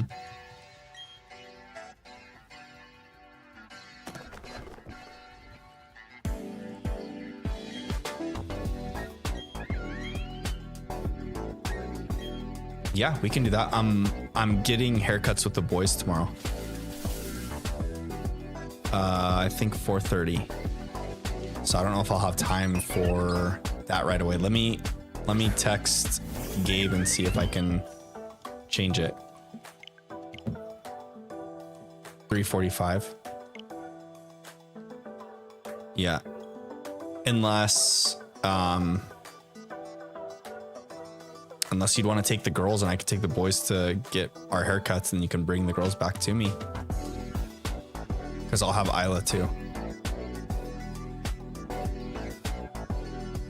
Yeah. Okay, let me text Gabe in the morning and see if I can change the time. Okay? And I'll text you. Okay. Yeah.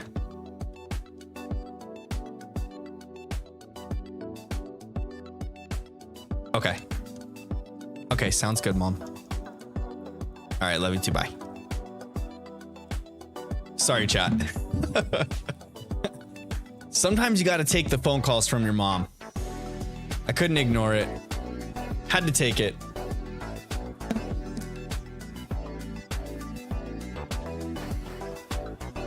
She wants to take the grandbabies to get ice cream tomorrow, so it's a good thing I did take the call. Don't wanna disappoint Mom. Come on now, Shiny Chimchar. What you got for me? Guys, we're moving pretty solidly through these encounters tonight. It's not too shabby. 11:53 means we're at 33 encounters. And I'm a little over an hour and a half into stream. I guess it's a little longer than normal. Because I think generally it takes about 3 minutes per reset. So either I've been missing some of the encounters, like increasing my encounter counter, or I've just been a lot slower on resets tonight, which could very well be the case. Sometimes I do get carried away with conversations with you guys instead of resetting these briefcase simulations. And I'm okay with that. I'm really okay with that. I'm going to change up the playlist here that we're listening to.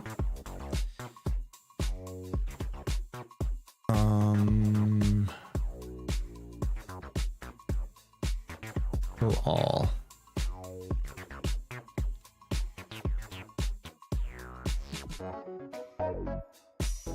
That's what we're listening to now. We want something different.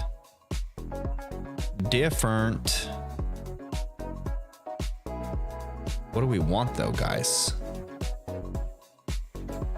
Not that. Okay.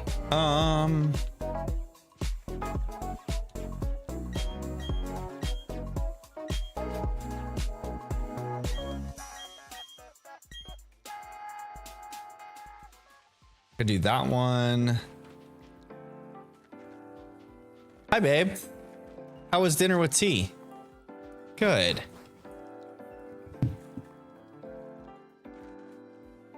All right, come on, Shiny Chimchar. What you got for me here?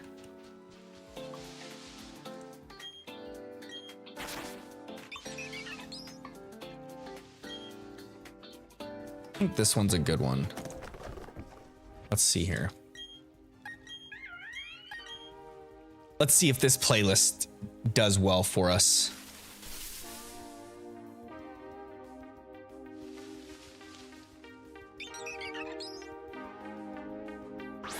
This one kind of gives me like Stranger Things vibes, this track particularly.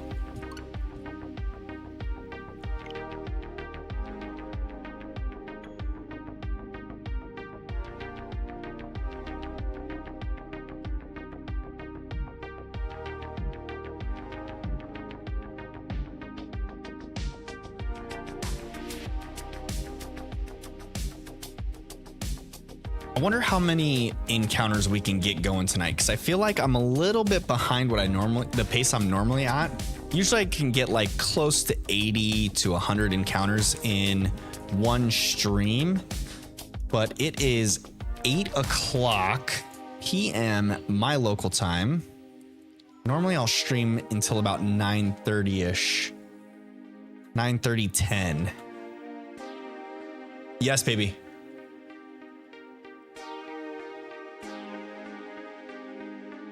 Yeah. Then blow away. I'll get him.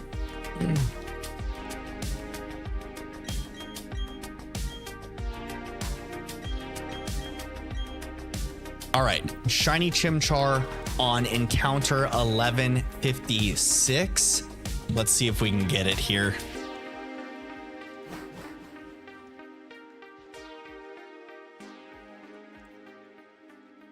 Let's see if we can get it here.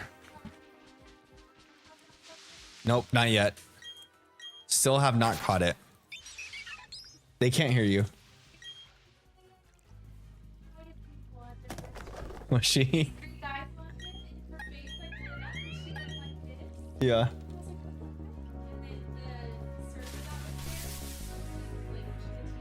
Uh-huh. No. Little cutie pie.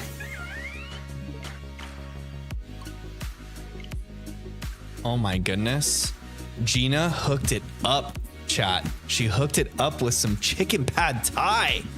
Gina went to eat Thai with a friend tonight and took baby Isla with her, and she was waving at people. Super cute. She's been like waving nonstop lately, and she understands too when when we tell her wave bye and say hello, she like will do the wave, but she just like underhands like this and then like clenches her hand together. So it's not like quite the wave, but she's getting somewhere. We're leaps and bounds on a baby level. Not too shabby.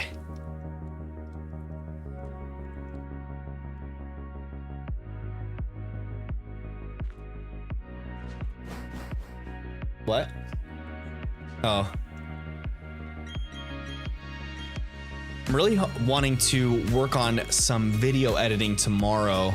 I got some footage of Chandler playing my Game Boy Advance. And I'm going to use it to do like a little short or reel, similar to like, you know, when people would do like the child to adult stuff.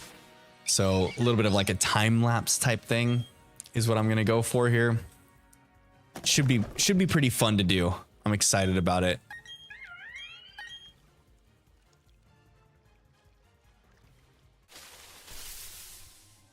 What are you doing, Bean? I've got my trusty sidekick Isla here with me. Emilio Ortega, welcome. How we doing tonight? How are your tacos on this wonderful Tuesday, by the way?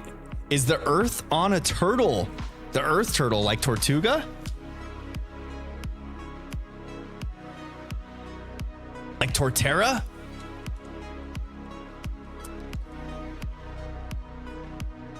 I'm pretty sure that's what Torterra's design is based off of, is the Earth turtle. Great design, by the way. Great Pokemon also. I love that it's got the ground typing to combat against fire types with that heavy hitting earthquake. Oh, you think it's funny? Is it on a turtle, the Earth? No. Unfortunately, it's not, but I wish it was. It'd be much cooler if it was.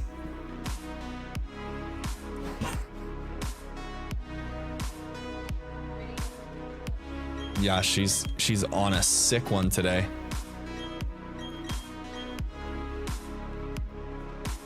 All right, I'm thinking that, okay, so I started at 11:20. So I should be able to get to about 1,200 encounters before the evening's over. I think as long as I get to 1,200, I'll be pretty satisfied with the evening.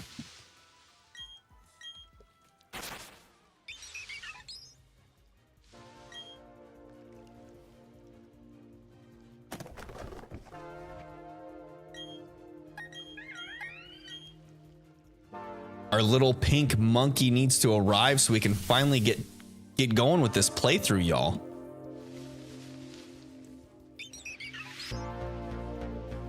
Can't believe you're still on it. Not shiny. Not pink. On to the next one. But still no shiny Starly either, so that's good. As long as we don't phase on the Starly, we'll be okay. It's... No, 4,000. 1 in 4,096. No. No, Gina's trying to tell me that if I get to the odds that I don't get to keep going. And I just had to explain to her that we're not doing that. We're not quitters around here, fam bam. We're not quitters. We're locked in. We're ready to go the distance and more if we have to. No, I have a feeling that this one's probably not going to show up until like I keep saying like the 2300 range is what I'm feeling like. I'm thinking that around like 2300 range is when it will finally show itself to us.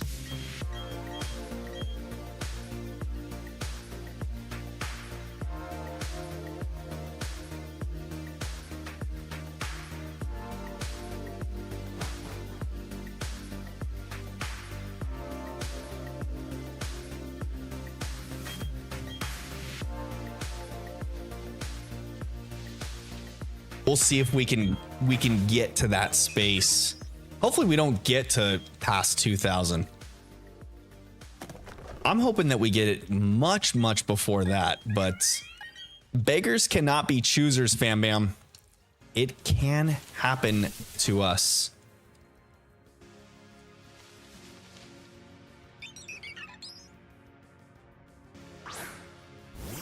No shiny. On to the next. Start him up. Start him up. Start him up. Start him up. Okay, at 1165, I'm going to take a quick little potty break and fill up my water because I am in desperate need of some more water, some more Wawa.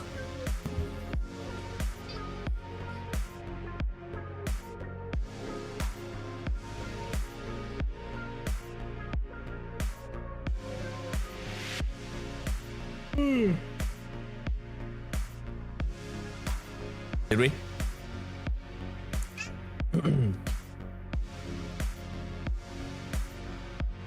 Come on, shiny Chimchar. Won't you shine for me? Come on, shiny Chimchar.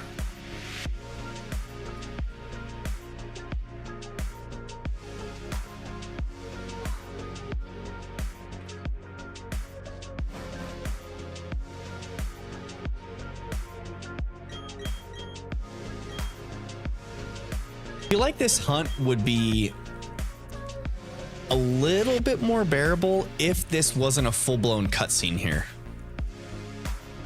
Like the cutscene with the dialogue boxes just kind of make this each encounter drawn out a little longer than I would like it to be.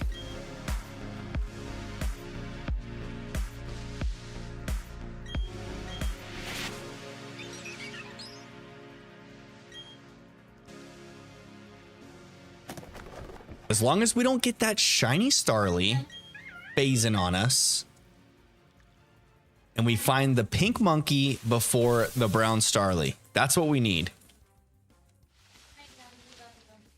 Good night, baby Isla.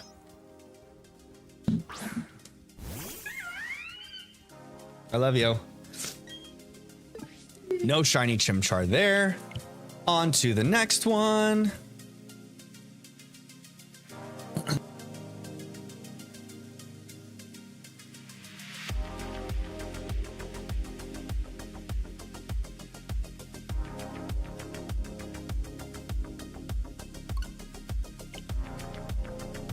On to the next one. On to the next one.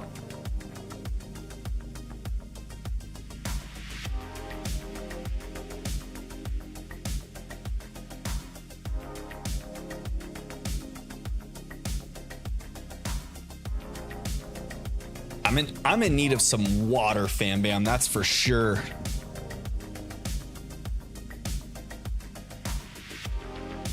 Get this shiny Chimchar going. Need some water, but hopefully it doesn't put out the shiny Chimchar's flames. Doesn't scare it away. Let's see what we got here.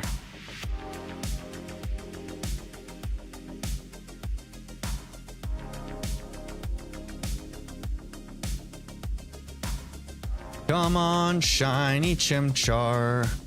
Won't you shine for me?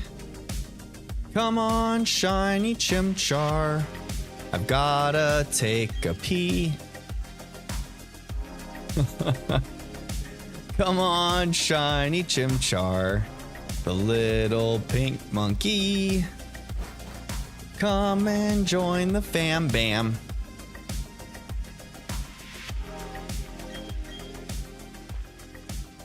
Get on the team so I can start the playthrough.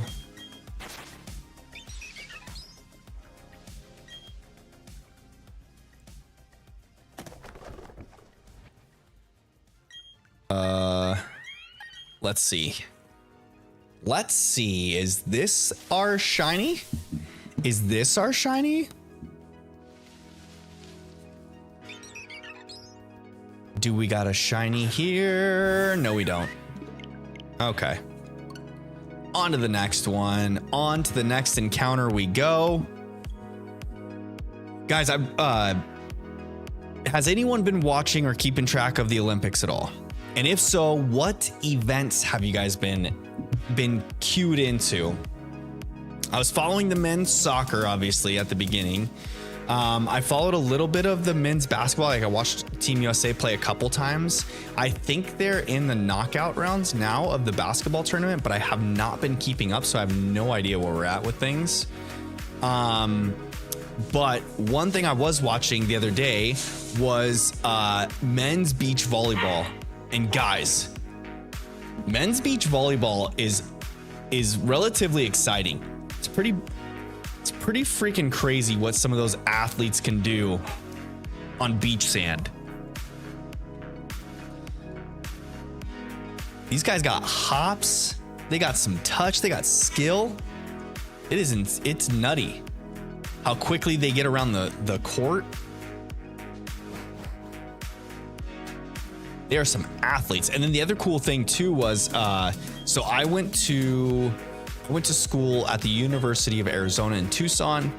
And while I was there, that was back when the Wildcats were a pretty formidable basketball program. And we had a stud player named Chase Buttinger that was a forward that could shoot really, really well.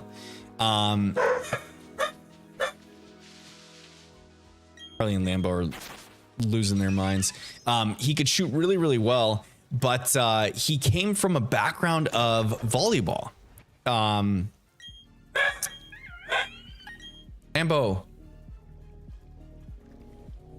He came from a background of volleyball, and I randomly turned on beach volleyball with just because I turned on the Olympics and that's what was on.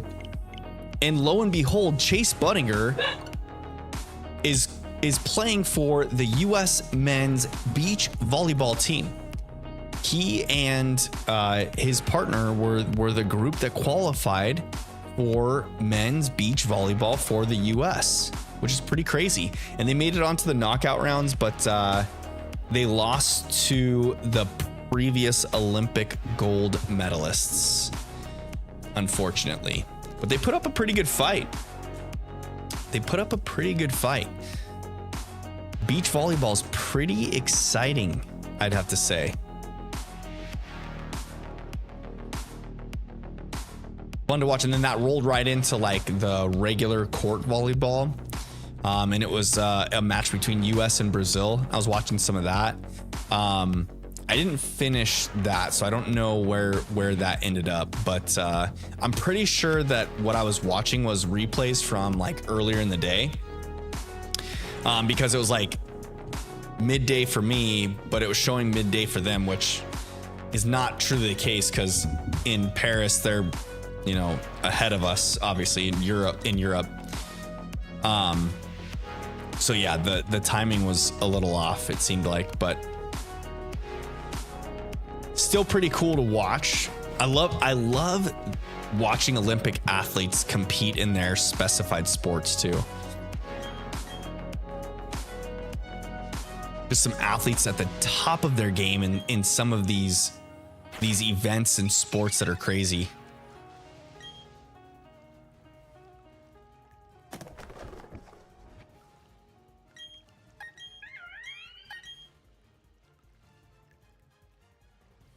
And then of course all the memes of the shooting competitions have been running rampant all over the internet. The guy from, I think it's Slovenia, that has like no crazy gear. He's just shooting at the target.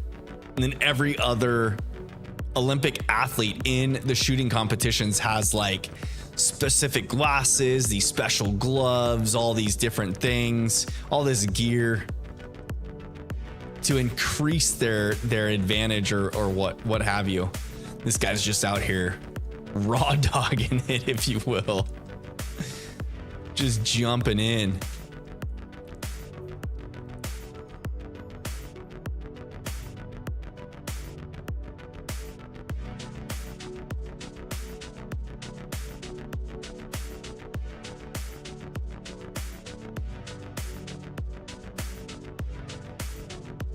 All right, let's go, Shiny Chimchar.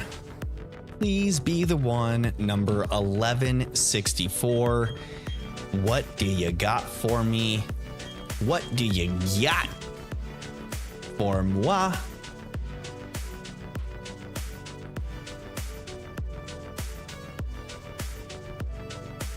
Anything good? Anything good? Come on now.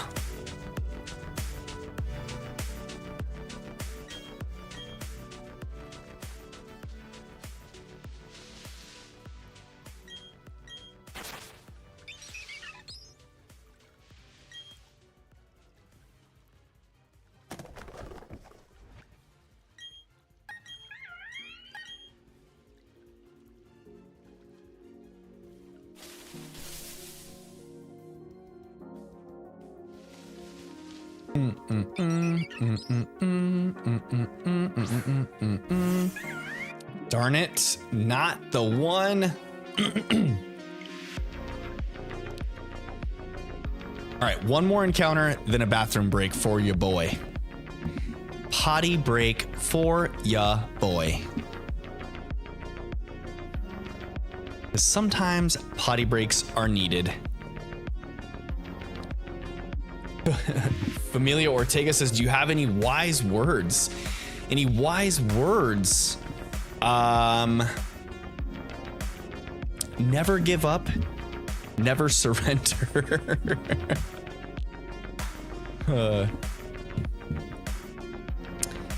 When it comes to shiny hunting, you have to have patience.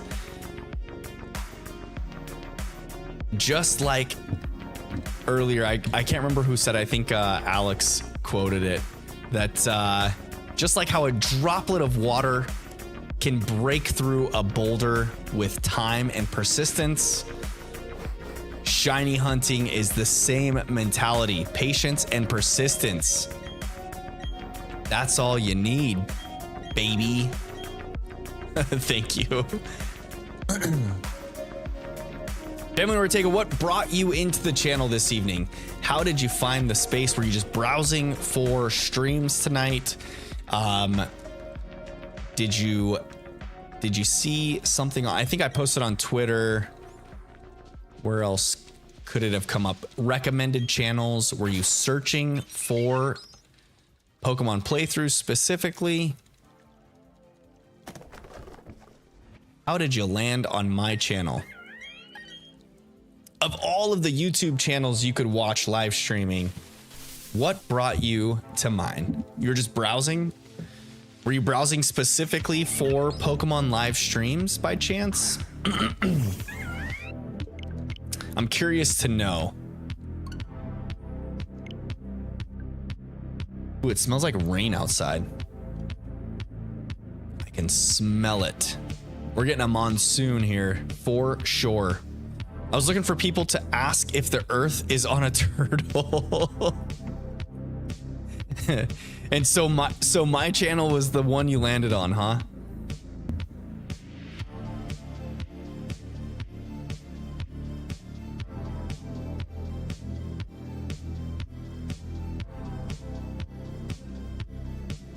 You were just planning on going around to live streams for Pokemon and asking anyone and everyone if the Earth is on a turtle. Nice. Very nice. Okay, I'm gonna get to the encounter here and then I'm gonna break away for a quick potty break because your boy's in need, okay? Let's go ahead and get in here, get to that point. And then I'm going to mute the mic, put up the BRB screen, and go use the little boy's room. But don't worry, I'll be back in a flash. Not too long. I just got a new subscriber. Thank you for subscribing, Familia Ortega. I appreciate the subscription. I hope you're having a good evening and enjoying the briefcase simulation shiny hunt.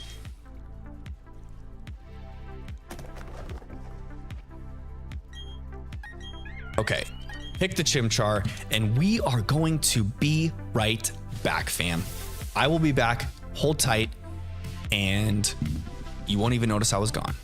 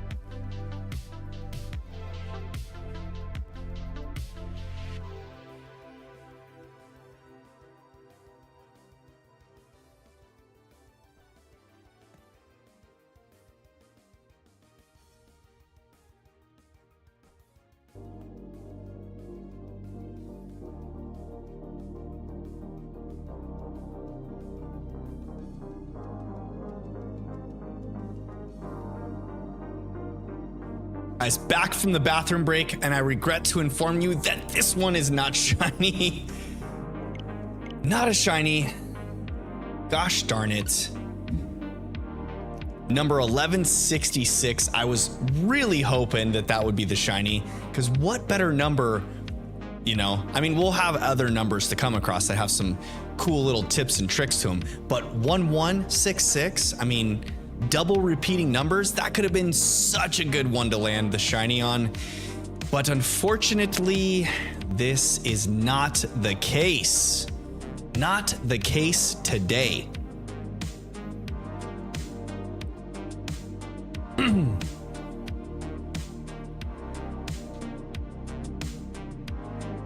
So we move on to another encounter. Another one.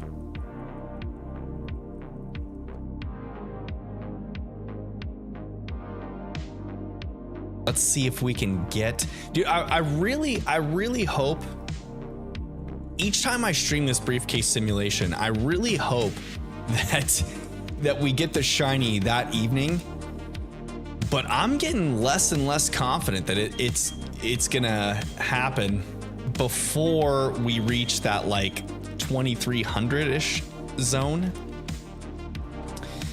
Especially given the fact that, like, okay, so each encounter is technically 2 Pokemon encounters. So if we're talking about just odds, Pylord says, I'm gonna go. It's getting late. I'm gonna watch some anime before I sleep. Hope you get the shiny. Yo, Pylord, thanks for stopping in and hanging out with me tonight. I appreciate you stopping by. I hope you enjoy your anime, and I will talk to you later, my friend.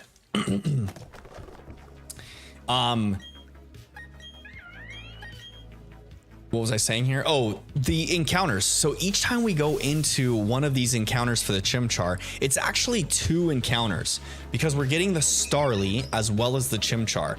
So if we're going off of like odds, you know, the odds for a shiny to show up is 1 in 4,096, which kind of breaks down to like a percentage, and that's like the percent chance that each given encounter is going to be shiny, right? So technically keeping track of encounters and all that kind of stuff, like you can hit odds and still not get a shiny the way that shinies work. But if we are going to go off of that mentality, we should hit odds around 2040, what, 50, 2040 something ish, 2048 I think is when we'll hit odds. So I'm thinking like the 2300 range would be a good area to land, or to like guess where the shiny's gonna show up. I'm hoping it comes up before that. But generally, each time I've streamed this, I've gotten between like 80 to 100 encounters on any given night. So hopefully it won't take too long, because I'd really like to get the playthrough of this one going rather than being stuck in the briefcase matrix that I've been in for some time. Familia Ortega says, what is your favorite shiny? My favorite shiny is Shiny Umbreon. Shiny Umbreon. I just love the blue rings. It's so good. I can't help it. But my favorite Pokemon of all time is Raichu. And I do love me a shiny Raichu too. He kind of looks like he's sunburnt, you know? He goes from that nice, like, goldenrod color to a reddish sunburn color. like he's been in the sun too long, hanging out outside, playing with friends, hanging out by the beach and got his cheeks burned. But my favorite shiny is Shiny Umbreon. I just love the look of Shiny Umbreon. So good. The golden rings turn that nice, pretty blue color against that like black fur of the Umbreon itself. It's just so like, I don't know how to even describe it, like mystique, the mystique behind it, you know? It's just too friggin' good. What's your favorite shiny, Familia Ortega?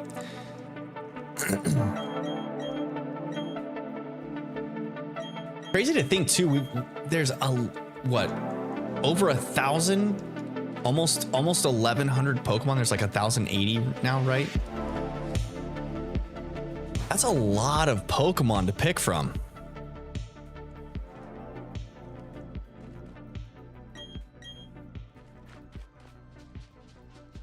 Galarian Ponyta, yo, that is a good one. The Galarian Ponyta line is just cool in general. Like I was, when Gen 8 came out, I was pleasantly surprised with that regional form. Pleasantly surprised. It's so majestic. It deserved to have a fairy type, you know, a fairy type counterpart to its normal fire typing.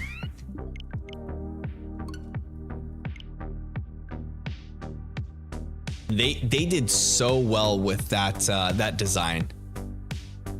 It was one of my first ever shinies. Yo, congrats. Did you just get it on a random encounter? Were you like egg hunt, Masuda hunting for it? I know in Sword and Shield a lot of shiny hunts were Masuda hunts.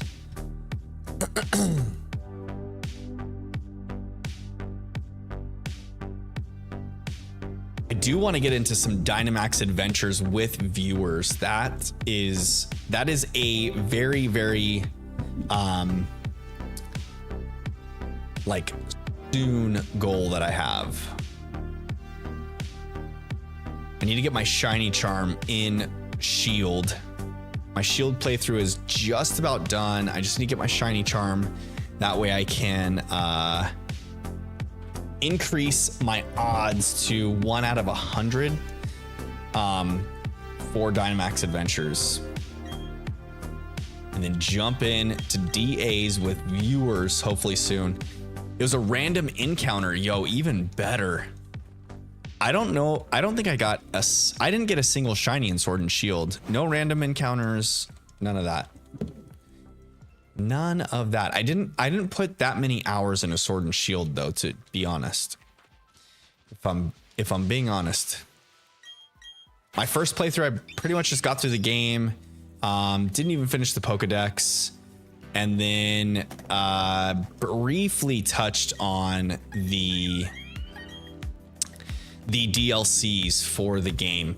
I got like maybe halfway through the Isle of Armor, and then I did a couple DAs in the Crown Tundra. I think I might have done like the first couple quests of the Calyrex storyline. So yeah, I haven't even done that. Didn't get the Regis, didn't get the Galarian Birds, which Galarian Zapdos is probably, like, design wise, my favorite legendary. Such a good, cool, you know, like regional form, especially because it's a legendary regional form. I love that the shiny reverts back to the original colors. It's just a touch of nostalgia and fan service with that Pokemon. Plus it's electric typing, which is my favorite type, so that helps out. The fighting typing added to it makes it pretty cool. I like that it's like ostrich looking, you know, super cool.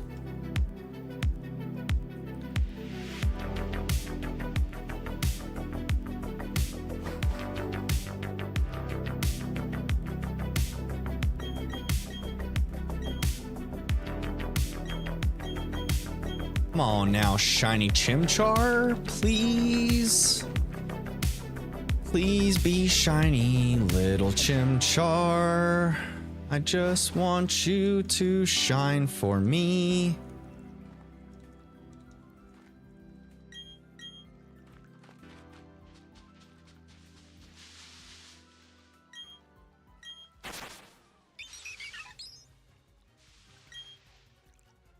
I'm probably gonna get exactly to 1200 encounters before I end stream tonight. So probably got maybe an hour left. Maybe an hour left of stream. No shiny Chimchar. I just want one of these to be a little pink monkey. Just a little guy.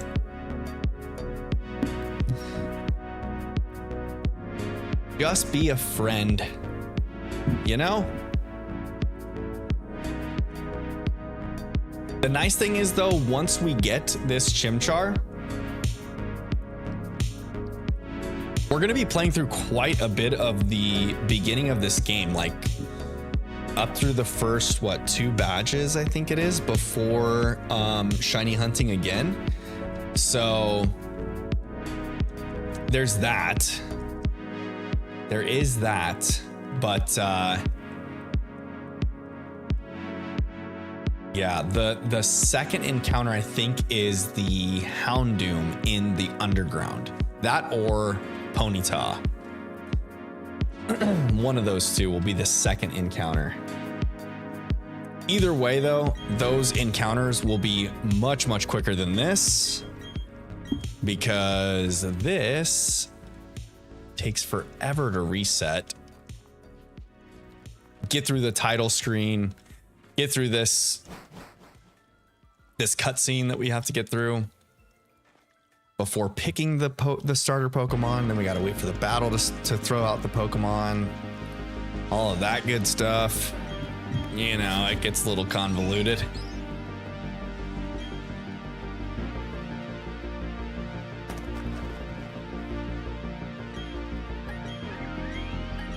I'm pretty excited about the naming theme as well for this one. I really wanted a good quartet name, you know, since the encounters for this playthrough, there's only going to be 4 of them. I'm not going to complete my Pokedex before. I know you can complete the Pokedex before the Elite Four, but I'm not going to.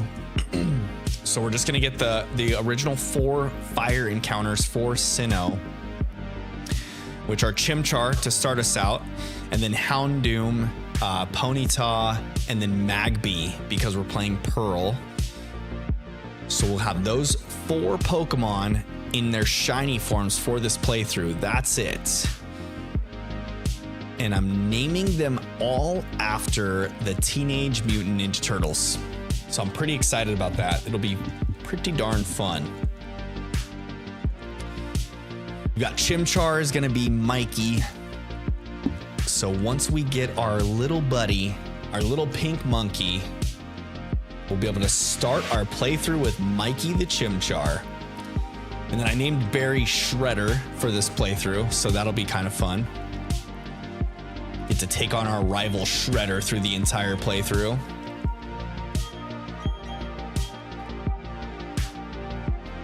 It'd be cool if you could rename Cynthia in this game, because I would name her Super Shredder for this playthrough.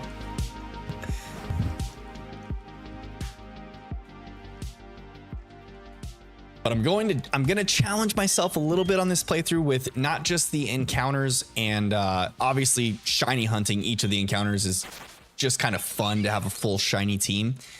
But I'm not doing a full hardcore Nuzlocke, but I do want to try and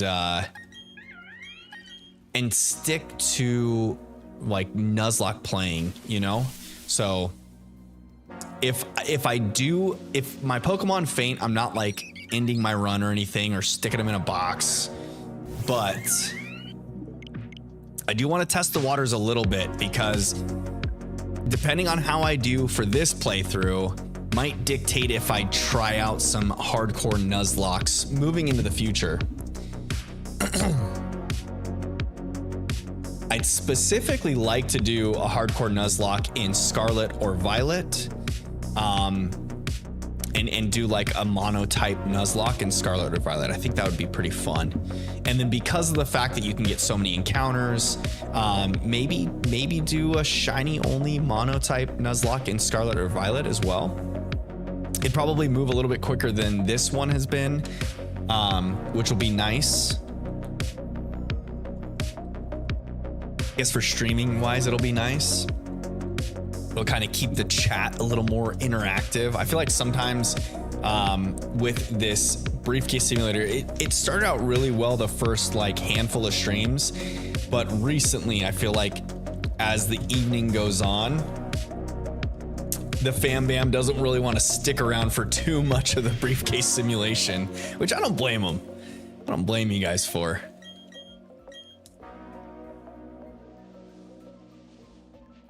Would do encounters off stream, but I would feel terrible if I find the shiny off stream. That would be the worst. I'm only gonna have 4 shiny encounters in this playthrough to begin with, and if I find one off stream, then I'd have to like make sure that I'm recording to capture the reaction. You know, there's all of that thing, and then yeah, I don't know. I feel like I would be doing a disservice to the the chat if I shiny hunted off stream and found one of these encounters. Kind of the fun of it, right? Shiny hunting with chat so you guys can enjoy the encounter just as much as I do.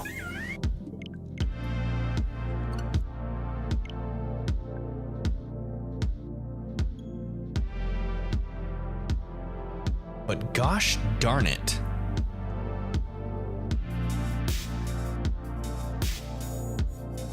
This hunt is pretty darn trying, I'll tell you what. I'll tell you what.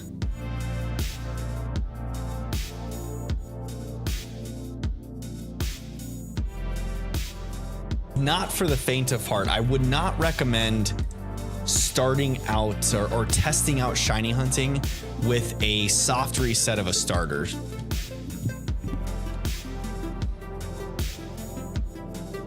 Like if someone were to ask like, hey, I want to shiny hunt a Pokemon, where should I start with shiny hunting? I would probably point them in the direction of some sort of outbreak in Scarlet or Violet, because just a regular outbreak, if you don't have shiny charm, the odds make it like difficult enough to where it's kind of rare, but you can like find it, you know, within one session of playing, which kind of makes it exciting. But yeah, doing this soft reset of the briefcase simulation, this is not for the faint of heart, Bam Bam. This is like dedication. You got to be locked in, ready to go, ready to face the sweet, sweet chin music when you don't get your shiny.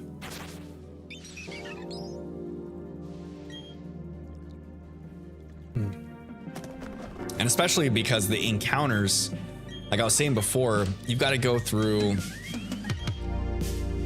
the startup screen because you're resetting your game to get back into the game. So you got to go through the startup screen, then you go through the little cutscene, then you pick your starter, go through all this commotion of going into the battle, let your Pokemon get thrown out before you even get to see the Pokemon if it's shiny or not, because you have to see it in battle.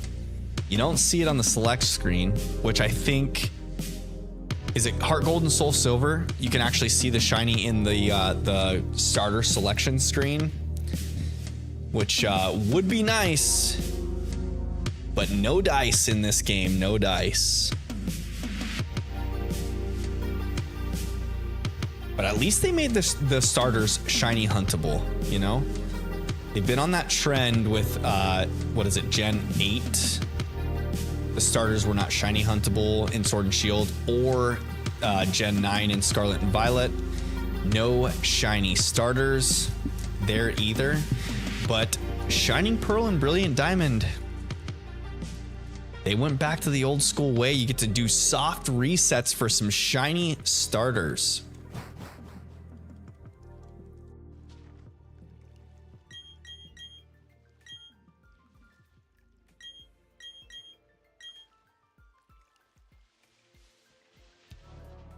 You had to pick a favorite starter, which one would it be? Of all of the starters from any generation, if you had a choice to start out your Pokemon adventure, which starter would be your choice? Always pick grass types in every, well, not, I shouldn't say every playthrough because I'm doing like this here, but my first playthrough of every game, I've always picked a grass starter. And Turtwig, the whole Turtwig line is my favorite starter, grass starter line. But I think I would be inclined to pick Grookey. Especially because I really like Rillaboom's shiny. Like just that off green color, you know, that like a little bit of mustard green that it gets. I kind of like that, and like the main Rillaboom's mane kind of gets like a fall tinge to it. It's pretty good in my book. That or probably Incineroar, or I'm sorry, Litten, right? Litten's shiny is so good. Going to the White Cat. Familiar Ortega says, I tried shiny hunting, but I give up the first 10 minutes if I get nothing. Yeah, it takes a lot of patience, that's for sure. The shiny hunting in Scarlet and Violet has made it quite a bit easier, especially like Legends Arceus, just because you can get at once. And Score Bunny would be your starter of choice. That's a good choice. A good choice. The soccer playing starter.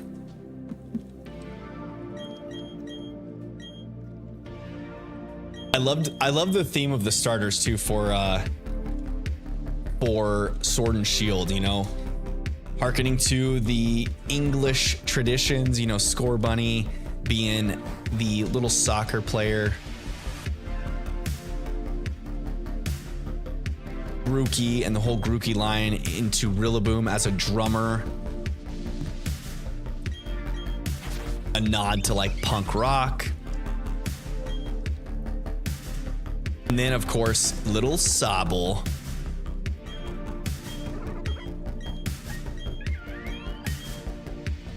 A secret agent, just like 007, right? British entertainment, yes.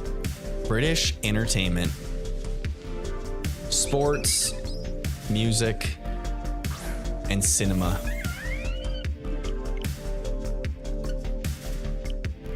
I do love that theming behind it. So good.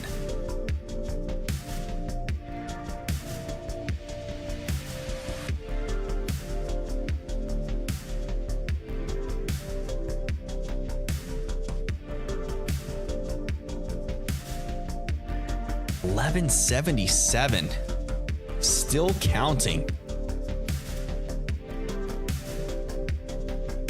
I don't know if my Switch is just running a little bit slower now. I feel like the startups have been a little bit slower than past streams. I don't know if maybe the monsoon's causing, like, because it is a digital copy of Shining Pearl 2 that I have. So I'm wondering if the internet connectivity is struggling a little bit. I wonder.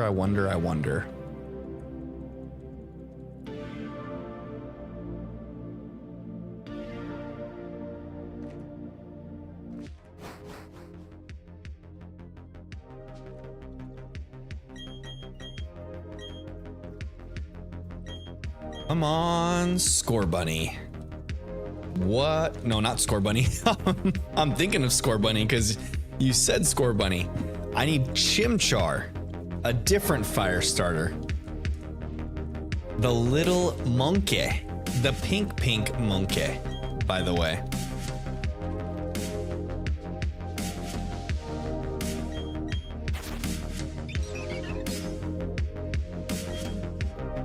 Let's go, Chimchar. Gara, welcome. How we doing tonight, Gara? How were your tacos for Taco Tuesday, Gara? Is it Gara Fever? Is that what that is? Correct me with the name. Garaffvr. I feel like that's probably stands for Gara Fever. Maybe not, though. Little Chimchar. The little pink Chimchar, Gara. That's what we're looking for. So we can start our playthrough. Maybe 1180 family, for Ortega says. I would take that. 1180 would be a good one. I was hoping when 1080 came around 100 encounters ago, I was like, oh, 1080 would be cool. You know, it's like a, what is it? 3 spins? 1080's 3 spins, I think, right?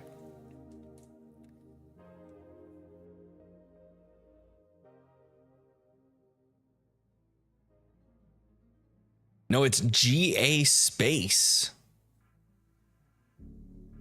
Wait, GA. Yeah, I'm not getting it. I'm not getting it. The turtle says I'm calling it at 1389. 1389 is a good guess there, turtle. Pretty darn good guess. I'm guessing that it's, I have a feeling it's gonna come in like the 2300 range, unfortunately. GA space. Gara, Explain to me what you mean by GA space. So GA, so GAR, so RAFFVR is supposed to be one word. Refiver.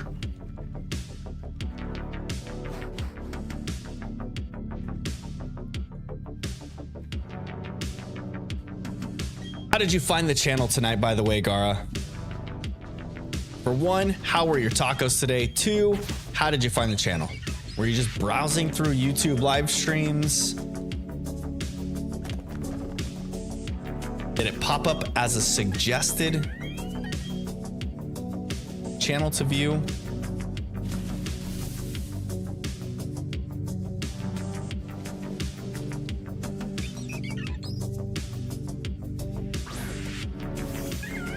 No shiny there. It is kind of nice though that you can, like, the difference between regular Chimchar and the shiny Chimchar is pretty drastic. So you can spot it right away if it's going to be shiny. Before even seeing the cool shiny sparkles, we're going to be able to see that pink monkey right away. So that'll be kind of nice when it happens.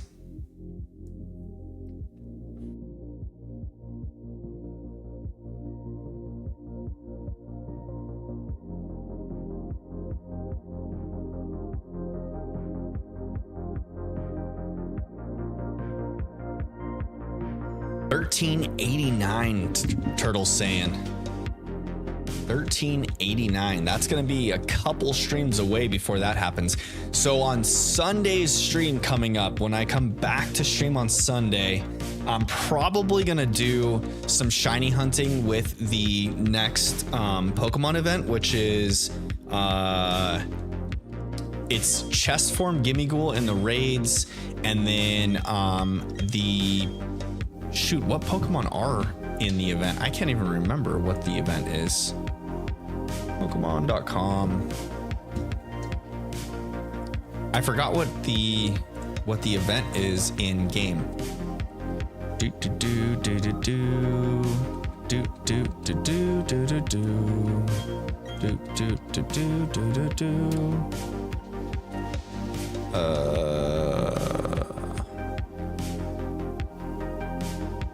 Why doesn't it show?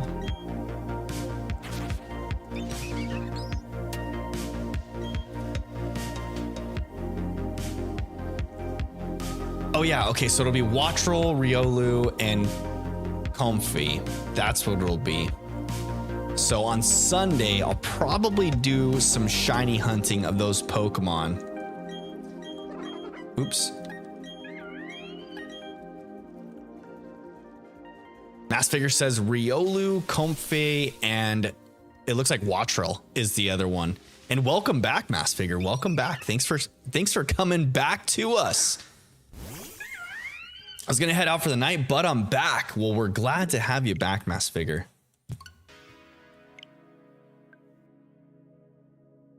We're glad to have you back for the tail end stretch. But yeah, I'll probably do the mass outbreak shiny hunts of those, and then maybe end stream with a little bit of the briefcase simulator. Turtle asks, do they have boosted shiny odds? They do. They do have boosted shiny odds, but they also have a boosted rate for a title, I believe.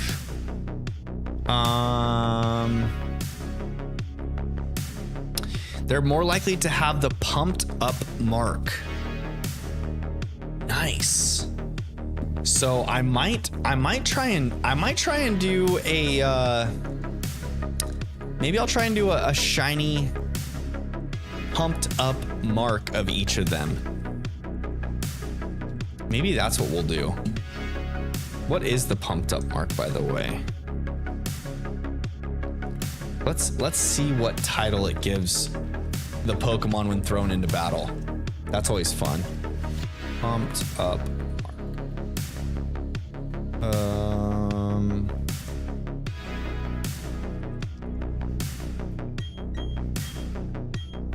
I really want to do the Destiny mark this year on my birthday too. Probably do a Raichu hunt for my birthday with a destiny mark on it. Uncommon, rowdy, absent-minded, jittery, excited, charismatic, zoned out, joyful, angry, smiley, peeved, intellectual, ferocious, crafty, scowling, kindly. Pumped up mark. So the pumped up mark is 1 in 2,800. Oh my goodness. And if you have the marked charm, it's 3 in 2,800. They need to fix the shiny gimme ghoul. I agree 1,000%. Having the raid base shiny rate, which is like 1 in 4,120 something, I believe. It's kind of like a joke, right? To even call it like shiny chance. And also it's only available shiny in the 5-star raids. So for one, we're not getting 7-star raids. So no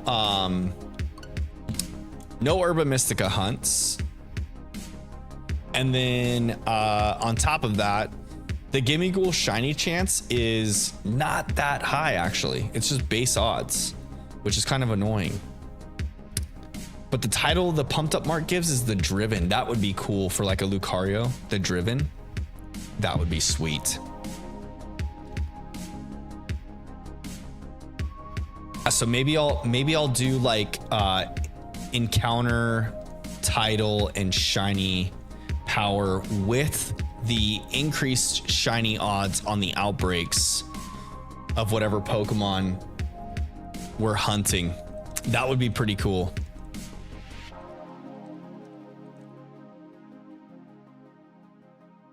At the very least, I would want to get a Riolu pumped up mark. The others, not as important, but Riolu would be super cool to get with the pumped up mark.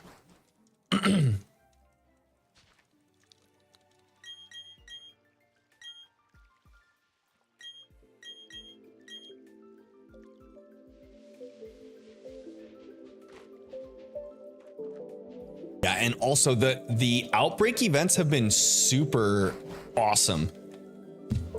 The shiny rates on the outbreak events, like I think it's 1 in 195. It's just under 1 in 200. Finding shinies is like a guaranteed in those outbreak hunts. Especially when you add the knockouts, and then you have your shiny charm, and then if you make a Sammy, especially for like the marked ones, definitely gonna make a sandwich for increased marked odds. I should finish off my playthrough of Scarlet so I can get the blueberry decks completed and get my marked charm, but I just haven't done it yet. I just need the 2 legendaries, the Gouging Fire and Raging Bolt, and my decks will be complete.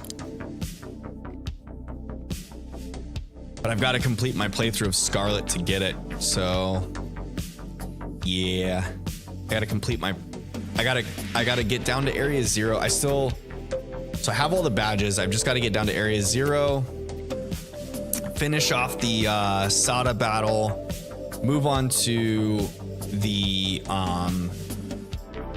Kitakami, get through that storyline. That way I can open up the Blueberry Academy. Once that's open, then I can talk to Perrin and get the legendaries, Gouging Fire and Raging Bolt. I got like 8 Pichu shinies from that event. Yeah, the event shinies are so good. I know there's some base odd hunters out there that are not too fond of the events because they feel like it just doesn't make it a challenge and it kind of diminishes the value of the shiny Pokemon. But ultimately, like, I just feel like if people enjoy getting the shinies that way, then I don't think it devalues a shiny any more than the next one, you know? I feel like if you take that route, it's kind of like like the cool kids, you know? Oh, I can't like this band anymore because everyone likes this band. Or, oh, I can't like this show anymore because everyone watches this show. It's like, oh, I can't like an easy shiny hunt because it just makes it too easy. It kind of makes it more welcoming for casual players to shiny hunts. Or if you don't have the patience for a long-standing shiny hunt, it's easy to jump in on these outbreak events and get after it.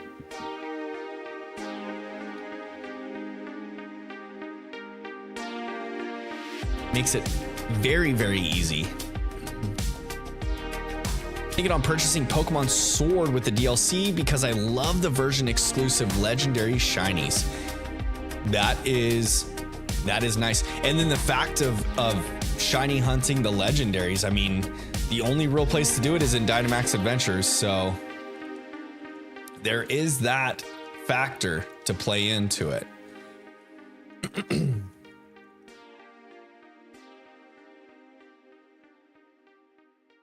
Doody-doo.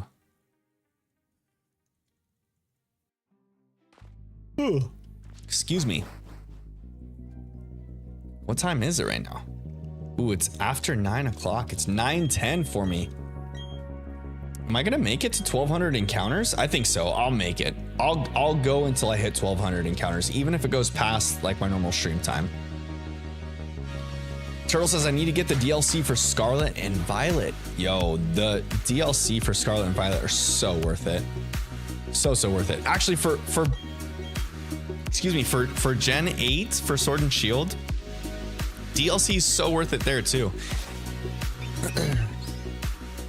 You get a mythical Pokemon, you get access to a bunch of legendary Pokemon. You're able to shiny hunt legendaries in the DLC of Sword and Shield. If you're into VGC, it's the only way you're going to be able to get Urshifu. Well, you can get Urshifu in the DLC of Scarlet and Violet now too. Yeah, I feel like the DLCs just brought such good value for both Sword and Shield and for Scarlet and Violet. It's disappointing that we can't shiny hunt the legendaries in Scarlet and Violet, but ultimately it did bring on some good play. The fact that we got all of the starter Pokemon available to us in the Blueberry Academy and being able to shiny hunt all the starter Pokemon without having to Masuda method hunt them is amazing, I'm telling you. Because at some point I'm gonna need to shiny hunt the starters for Gen 9, and I'm kind of dreading a Masuda hunt because it's not very fun. Or I could restart my Shield game and re-get the shiny charm because I caught most of the legendaries not shiny. You could do that. You definitely could do that. What are the different exclusives in the Dynamax Adventures between Sword and Shield? Are there quite a few? And are the Ultra Beasts split up between the two? I'm gonna Google that right now. What are the Dynamax Adventure version exclusives for Sword and Shield? Oops, that didn't.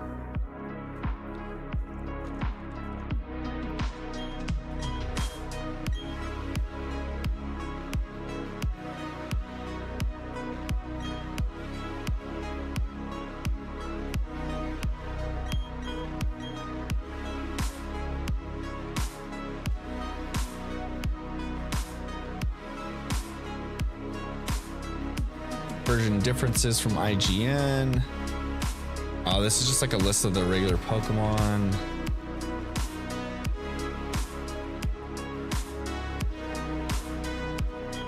Sword and Shield. The trainers. Okay, the DLC stuff.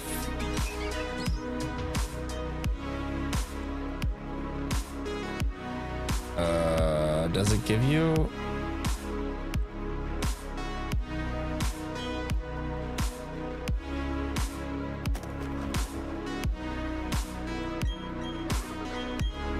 Unfortunately, not Turtwig hunting here. Not Turtwig hunting today. Our little turtle, our little leafy turtle. Not shiny Chimchar.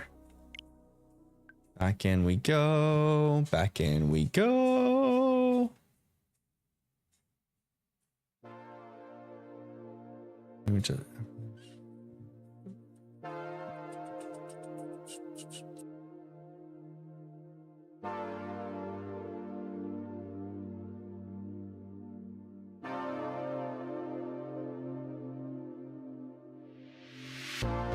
going to go since it's getting late. Hope you get the shiny. See you on the next stream. Familia Ortega, thank you for stopping in. I hope you enjoyed your evening shiny hunting with me. And yeah, I'll be excited to see you on Sunday's stream. It should be a good one. It'll definitely be more shinies filled. I can guarantee you that. We have quite a few shinies to catch on Sunday. And then I'll go back to the Chimchar hunt the following Tuesday before I take off on vacation. So we'll do one final Chimchar stream before I take off. I'll try and find the version exclusives for those legendaries later. Unless you're probably typing them out, aren't you, Mass Figure? I'm gonna go ahead and venture to guess you're probably typing them out.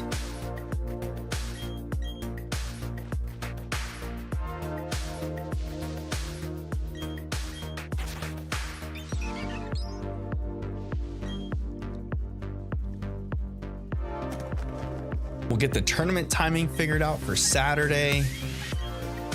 If it works out okay, maybe I'll shiny hunt on Saturday for...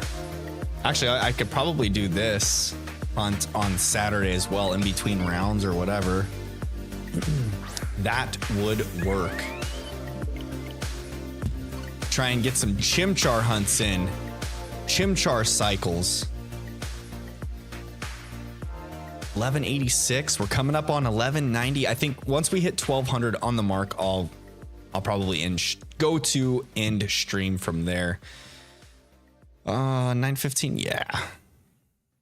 Yeah, we'll be there. We'll be ready.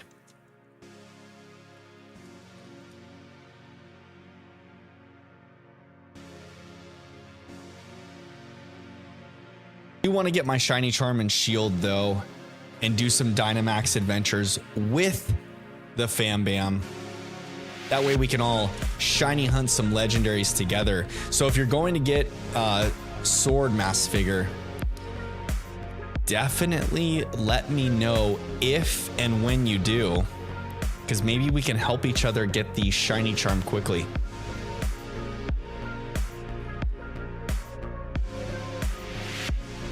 I'm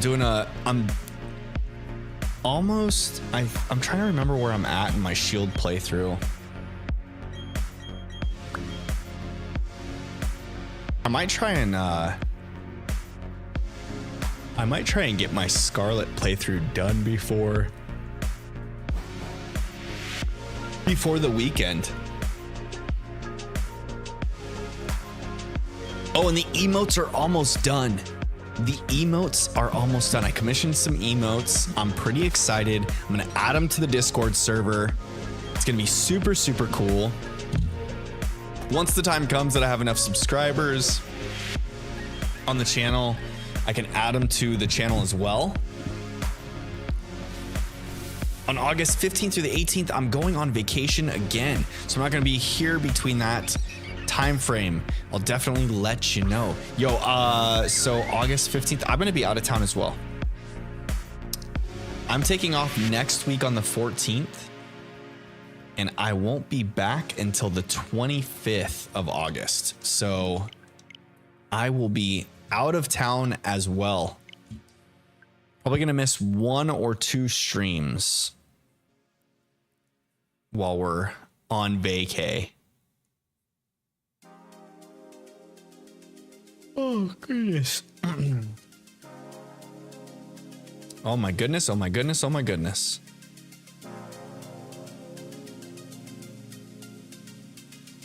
That Sunday stream when I get back is going to be kind of a game time decision.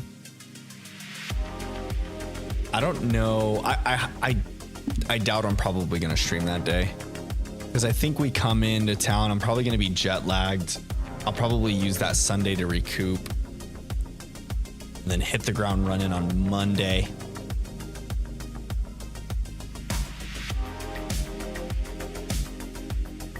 If I do get sore, I'll definitely ask for help on the decks. Yo, hopefully I will be ready to help you out with that too.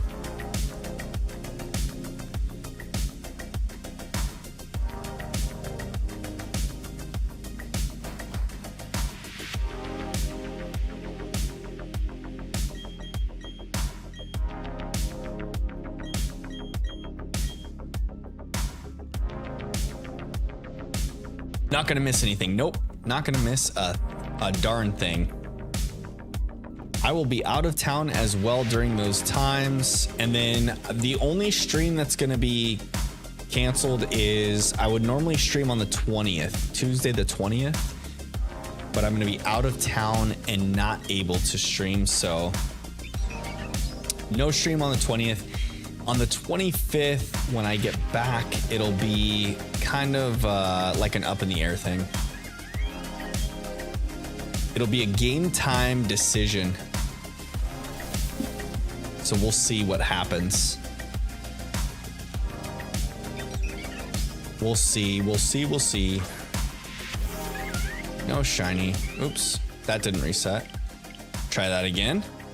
Try that button combo again.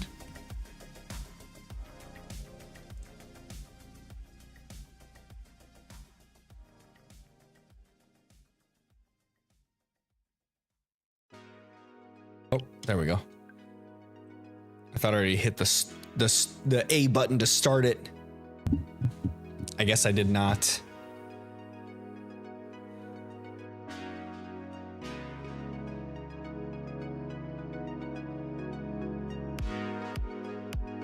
I was working on trying to get a copy of Black 2. There was someone locally trying to sell it, but they had it like pretty overpriced, in my opinion. They're trying to sell it for like $200. And it's not a complete in box. So they have the cartridge and the box, no manual, and they're trying to sell it for like $200. And so I countered with a very lowball amount and then quoted the pricing that's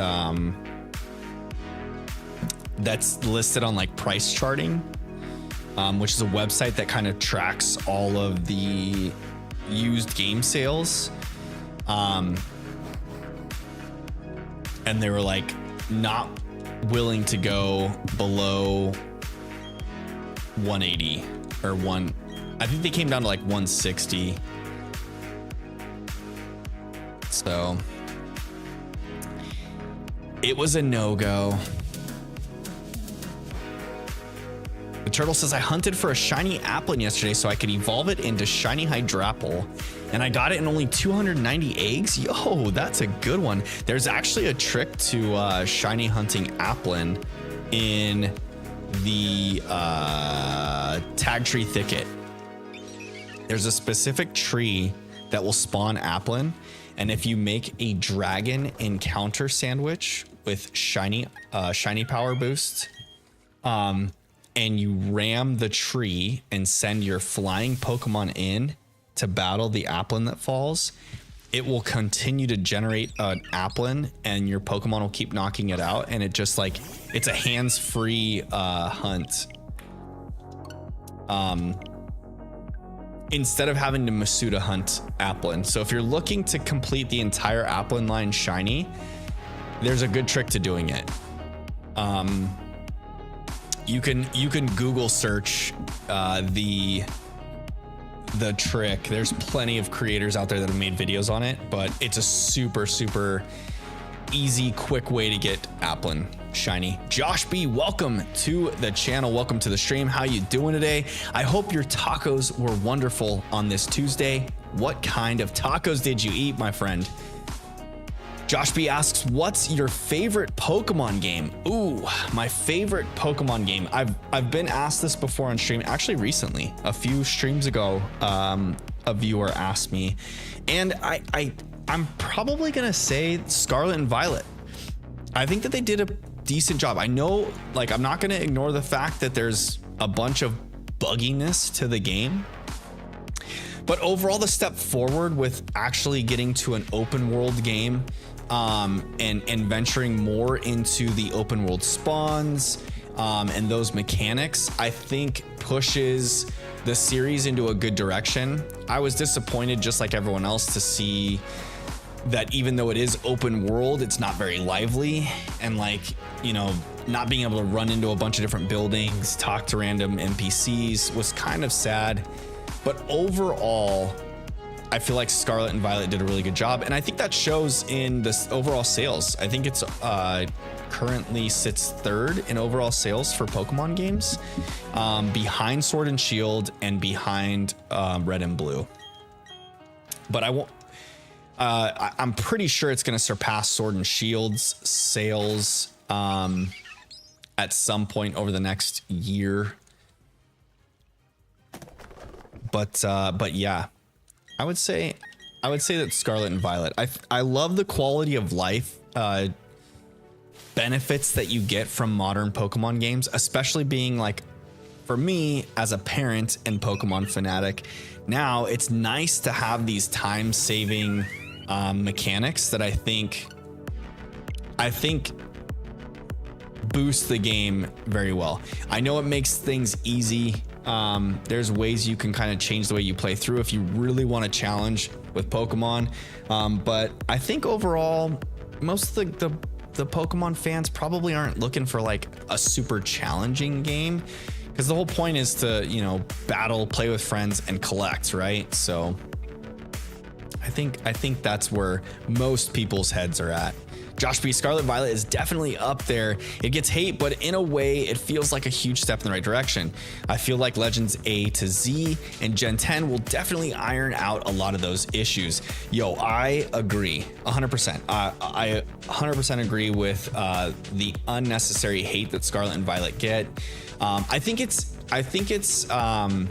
unfairly compared to the Legend of Zelda series, and the Switch games that the Zelda team released. I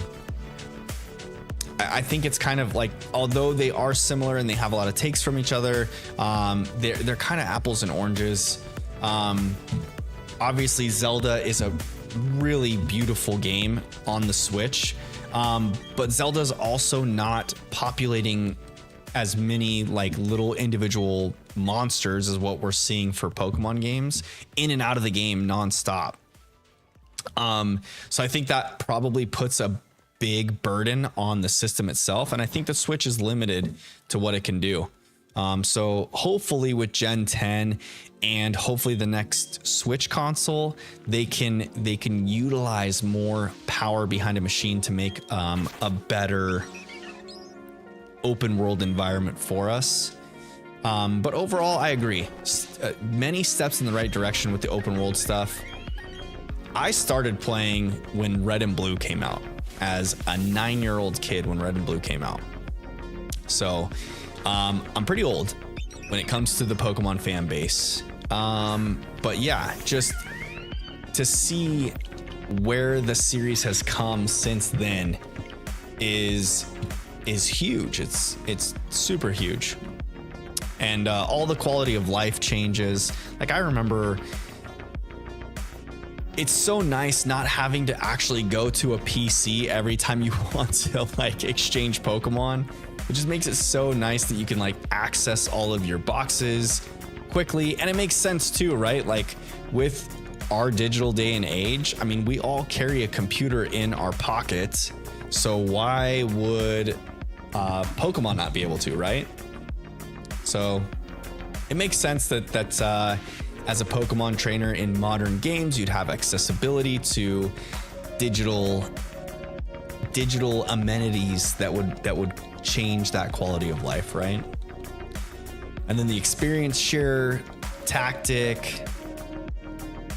I do think that Game Freak can explore like different options to like change experience share on and off, maybe just the same way they do with like set and switch play, to add a little dimension of difficulty.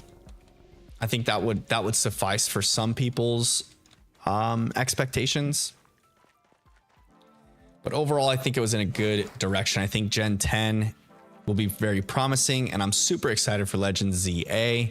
Arceus was such a great installment in the series, and then throwing that little bit of a curveball of how the gameplay plays is really nice. And I hope they continue that Legends ZA, or that Legends style with Legends ZA, with like the open action RPG traits to it.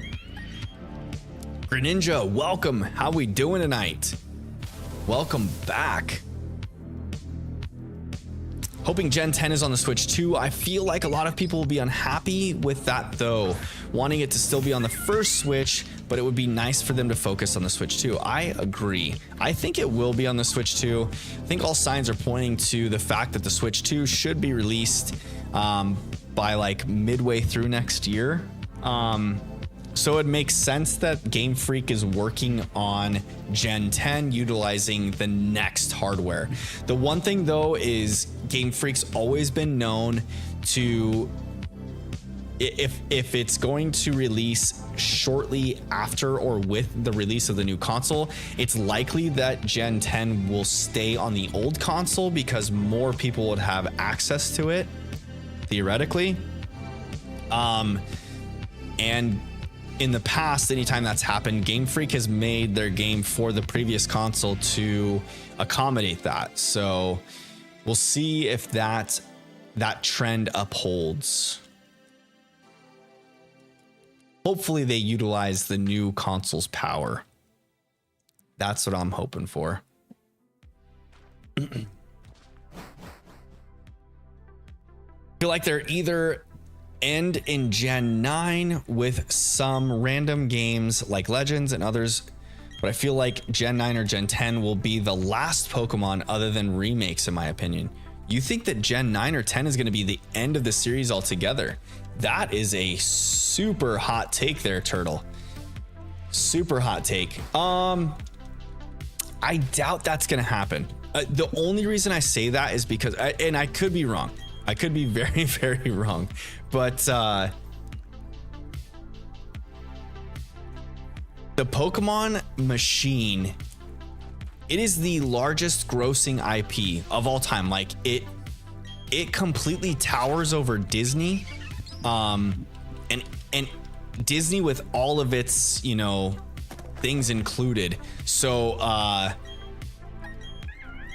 with that being said, I know it sucks to think that greed can power decisions, but it's very likely, especially with a company like the Pokemon Company. I don't foresee them stopping until the like final tick has been notched. Like, I don't foresee them stopping at Gen 10. Although it'd be cool, and that would be a round number to stop it at, I don't think that's happening. Josh B says, thoughts on the Unova games?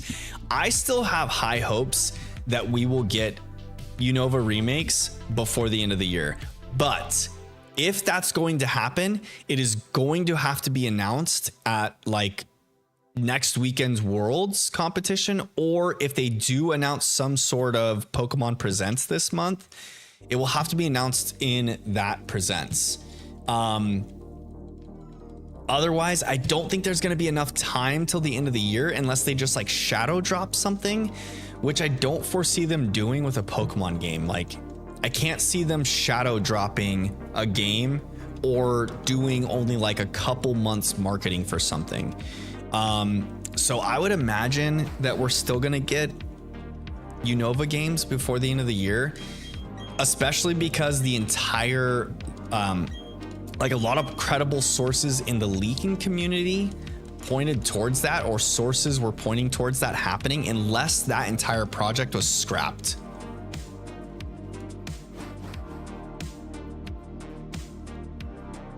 then again, with even like with that kind of folds into that whole like how businesses work. You know, a business as big as the Pokemon Company, they need the games to continue to fuel like the cards and the merch and the everything else that goes along with it. And I shouldn't say need, but that's what sustains those curves for them, right? Those money curves, those monetary gains. But with a company that big and the amount of money that they're making, they don't need anything. But to keep the machine rolling, I think they will continue to put out games, for one. And then for two, it makes sense for a company like that to release a game annually. The same way you see like Call of Duty releasing games annually, or like sports games, or any sort of big like AAA title that releases annual games. They all do it. They all do it. And on a business aspect, it makes sense. But we could be proven wrong. They did post on Twitter that they are like taking fans' viewpoints into consideration of trying to take more time with some of the development of their games. So maybe they did scrap a remake and they're going to put all their efforts towards Gen 10 and Legends ZA. Could be. Could be. If we get the shiny monkey tonight, are we stopping? Mass Figure says. Yeah, actually I was planning on stopping around 1200 anyways, because it's getting pretty late. I usually stream until about between like now and 10 my time, so it's 9:30 right now my time. So yeah, I'll probably get to like 1200 encounters, maybe a few past it, we'll see, but probably not.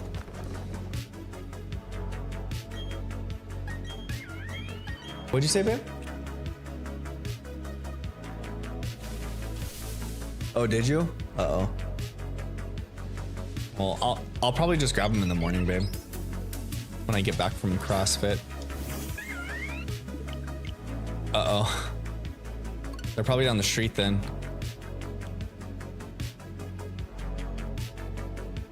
I'll go find them.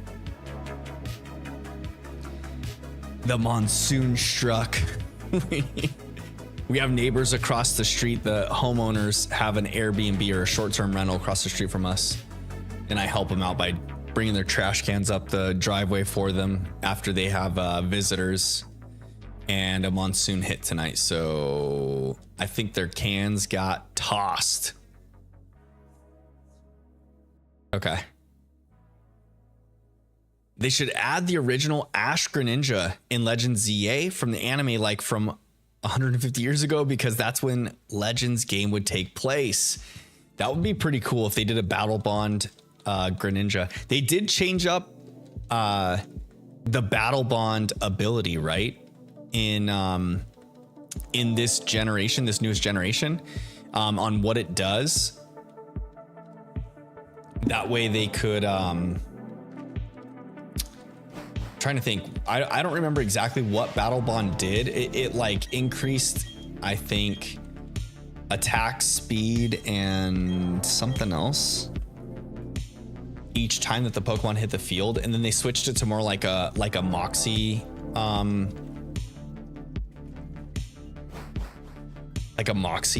stat increase. So anytime you knock out a Pokemon, I think it gets those stat boosts instead. Feed the cat. We'll see you when you get back here, Mass Figure. I'll still be around. I'm probably gonna do like, I'm gonna go to 1205. I think 1205 is a good number to stop at, unless we get the Chimchar before that. If we get the Chimchar before that, then we can just call it an evening.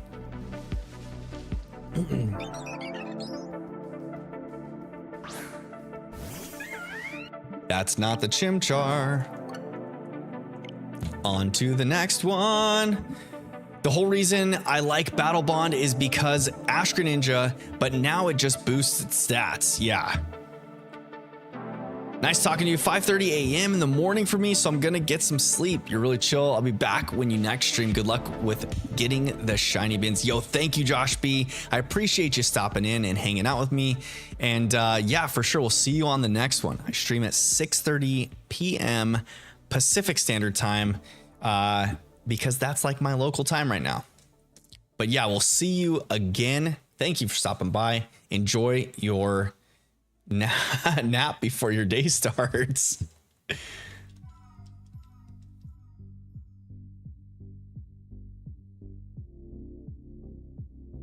On to the next one. On to the next encounter. All right, just a handful more, and then I will be satisfied. I want to get to 1205. That'd put me 15. That would put me at 85 encounters for the evening. So I think that's a good number to get. It's a good number to reach. I'm just gonna be excited once we get past this hunt for this playthrough, because I feel like the next few hunts for this playthrough are gonna go much quicker than this one. Much quicker.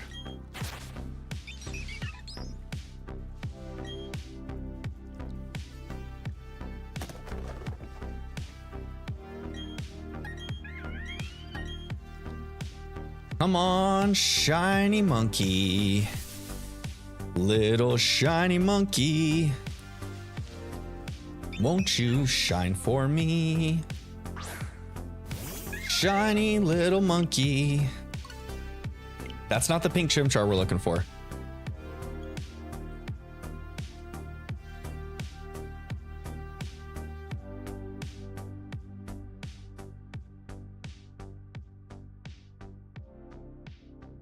Also, I'm going to be getting up early in the morning, going to work out, get a little workout in early AM.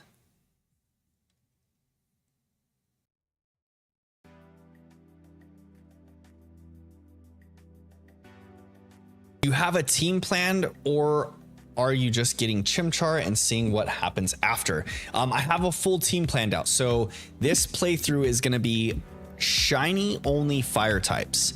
And because Sinnoh is notoriously known for its lack of fire encounters, we've got 4 total that we're going to get. I could complete the Pokedex before the game ends, but it's going to take a lot of effort to do that. And I'd already be through like 6 badges or so anyways. I think you can technically like transfer the dex in, but I don't have the entire dex complete, like a living dex complete for Diamond and Pearl to do that. So I'm just going off of the 4 encounters that you naturally get from Shining Pearl without doing any of that stuff, which are Chimchar for your starter, and then Houndoom in the underground, Ponyta underneath the cycling bridge, and then the last encounter will be Magby, which I think opens up in the underground after the 5th badge, I want to say 4th badge maybe. I don't know. You have to hit a certain milestone in the game for Magby to start showing up in the underground, and then when that happens, we can shiny hunt Magby too. So those will be our quartet, and they're going to be named after the Teenage Mutant Ninja Turtles. I've already named the rival Shredder for this playthrough because I knew we were going to get only 4 encounters. I wanted them to be named after a good quartet, and so I landed on the Turtles. I could get you 2 other fire shinies. I have the National Dex, Mass Figure says. I would appreciate that, but I'm gonna say no, only because having only 4 encounters is gonna make this a little bit of a challenge. So I'm kind of wanting to have that challenge of just using 4 Pokemon through the playthrough. and seeing if I can get the become the champion with just the 4 fire types. We've technically got Wake is a water type specialist gym. We've got, what else? We've got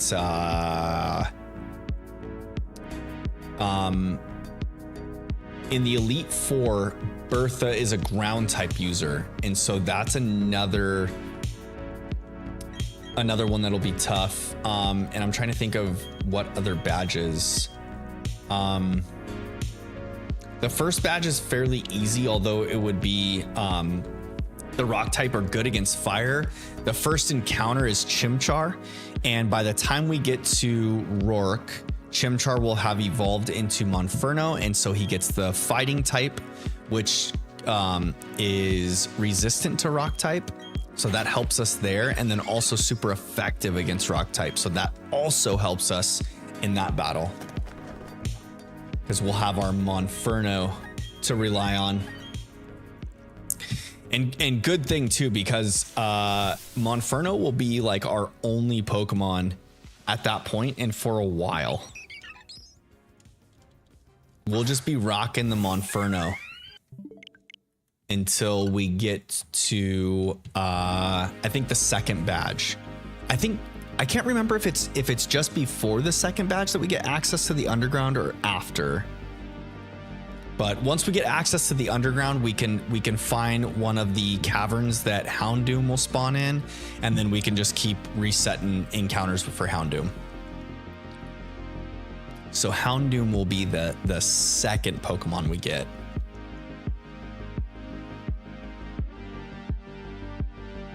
Ooh.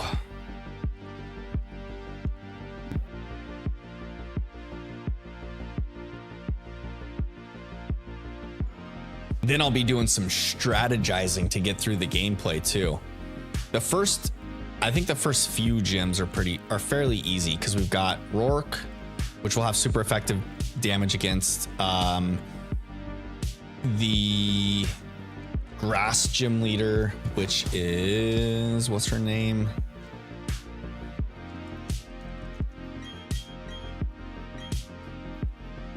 Which we should just burn through that, literally burn through. And then we get access to the underground for the fighting gym leader. So we should have Houndoom by then, which will be not great against the fighting gym, but will help us out against the ghost gym.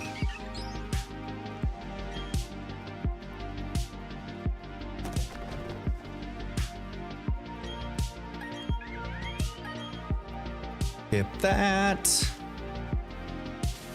This is encounter 1200, y'all. 1200, 1200 encounters into the run we go. Not shiny. Unfortunate. That would have been a nice round number to get the shiny on. All right, I'm going to go 5 more encounters in, and then I'm going to call it an evening at that point. And then I'll be back for stream on Sunday. Depending on the tournament, how the tournament goes, maybe I'll stream on Saturday too. Do like a bonus Saturday stream. That'd be fun, because then I could technically shiny hunt in between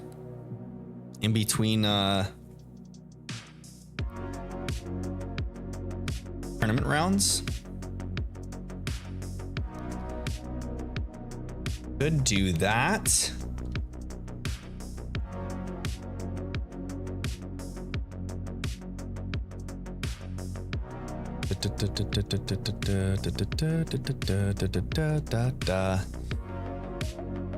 I'm also probably gonna pay for that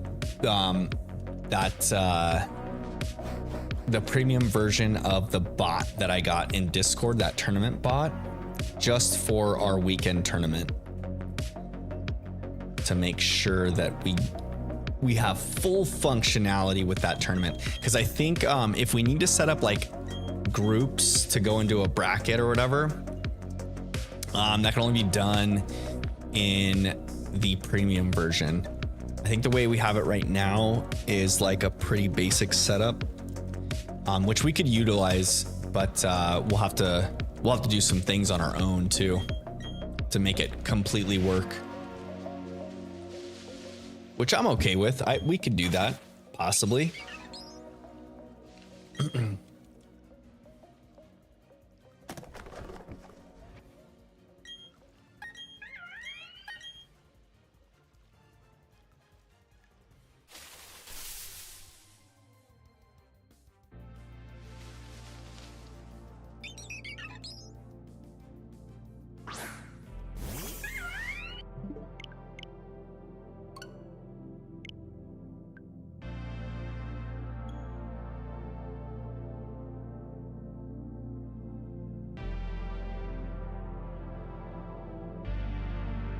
1201 going on 1202. Yo. We are in the thick of this one, guys. Into the thick of it.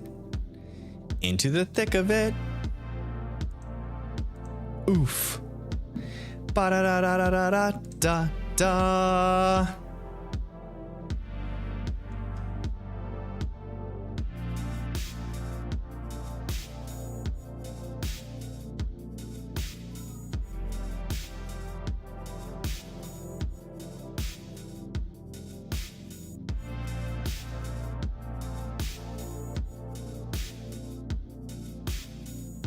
All right.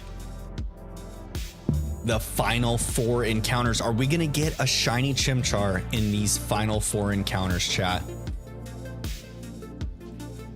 Drop some sparkles. Let's see the sparkles in the chat.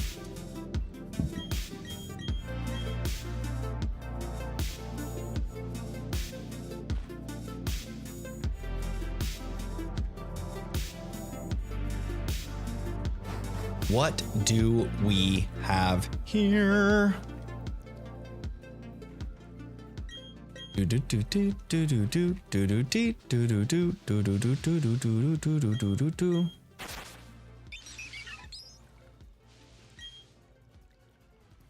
Negatory. Ghost Rider negative.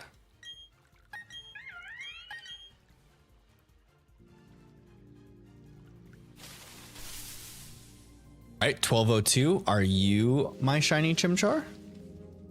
Are you my shiny Chimchar?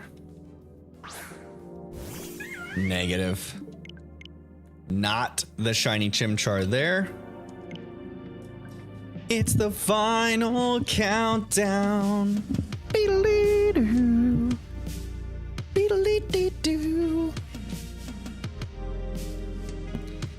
Beedle-dee-doo. Deedly-dee-dee-dee-doo. Deedly. Doody-doo-dee-doo-dee-da-da-do. Deedly-dee. The turtle says my team for Legend ZA, not knowing the new forms or Pokemon, is Greninja, Ice Fossil. Is that Aurora? Or I'm probably butchering that name. I can't remember how to say it.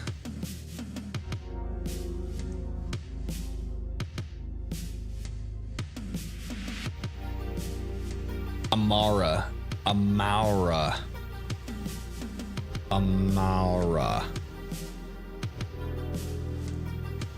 That's it. Amaura.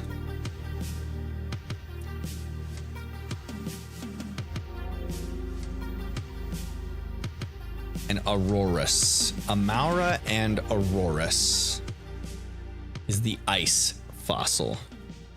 Quad weak to fighting. You hate to see it.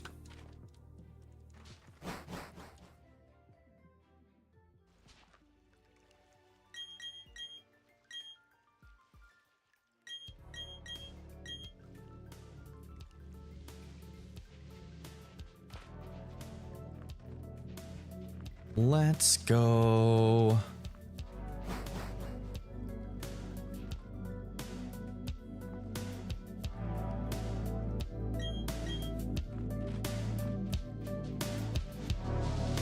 Unfortunately, I don't think ice type doesn't get a resistance to ground type, right? It's just super effective against ground type.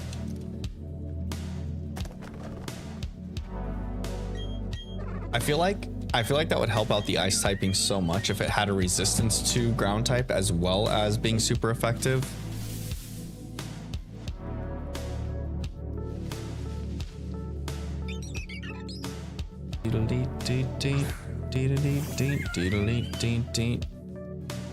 Not shiny.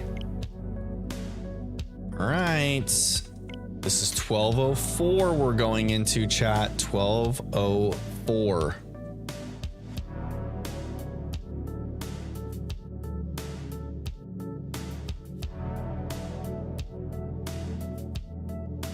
Ice only resists itself. It doesn't even... Gosh. What a sad time.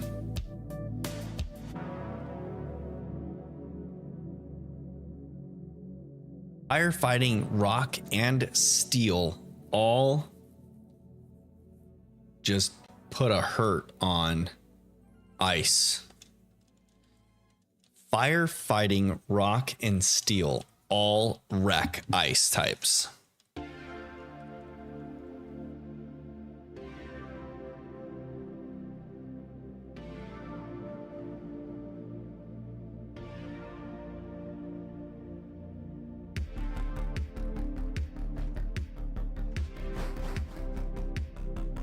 Ground can move ice. The ground can move ice, so ground should be super effective to ice, and ice can freeze the ground, so it should also be super effective. That's a pretty good point. I guess that's pretty good point there.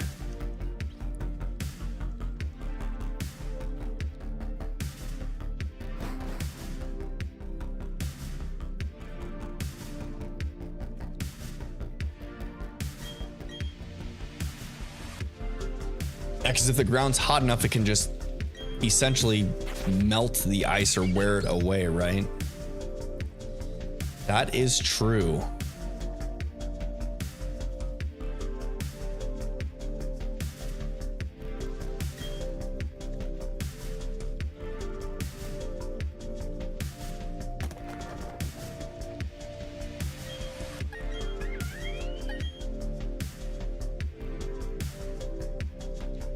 All right, 1204. Are you my shiny Chimchar? Are you the shiny boy we've been looking for? Nope, you're not. All right, final encounter of the evening coming up. Numero cinco, 1205. 1205. Can we get a shiny at 1205? Will it be a shiny? We can only hope. We can only hope. Cross our fingers.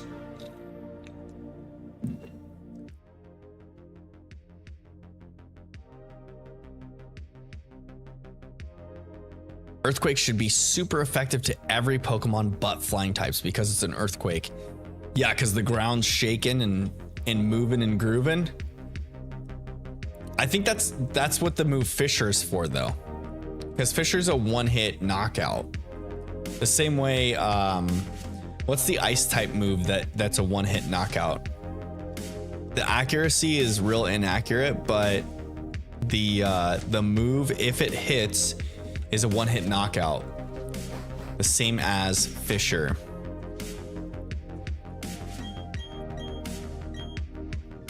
I kind of like that they did specific moves to emulate that instead of making the entire typing just like super effective. I think that was a good thing.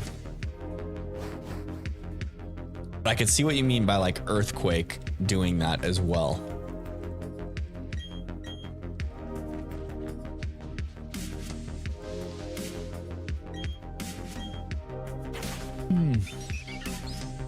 Sheer Cold, that's the one, but you have to be a higher level with Sheer Cold. Oh, you do?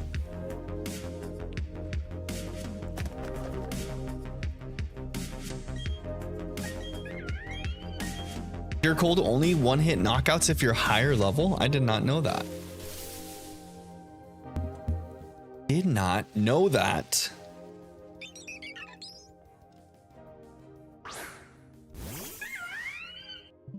No shiny Chimchar. That's 1,205 encounters in. No shiny Chimchar yet. We're still on the hunt, fam bam. We didn't quite get it, but we will soon. Okay, with that though, the evening or the shiny hunting for the evening is done. I am going to head out, but I will be back streaming on Sunday. I might possibly stream on Saturday for the tournament. If we get things figured out, I will probably post in Discord or just keep an eye on YouTube for that notification. The turtle says, remember 1389 for the shiny Chimchar. I'm gonna make note of that right now. Notes, shiny Chimchar.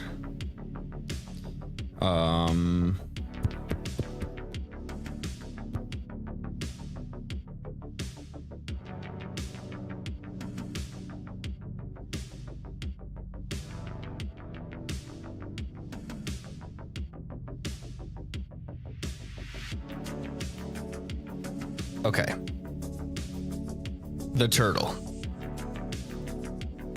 Your guess is 11 or 1389 encounters.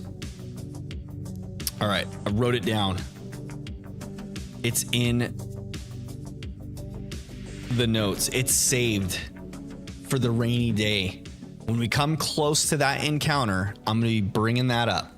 I'm going to bring up my notes for this playthrough, and I'm going to bring up the encounter guess that you suggested. If we land it on that encounter, when the playthrough's done, I will trade you the shiny Infernape.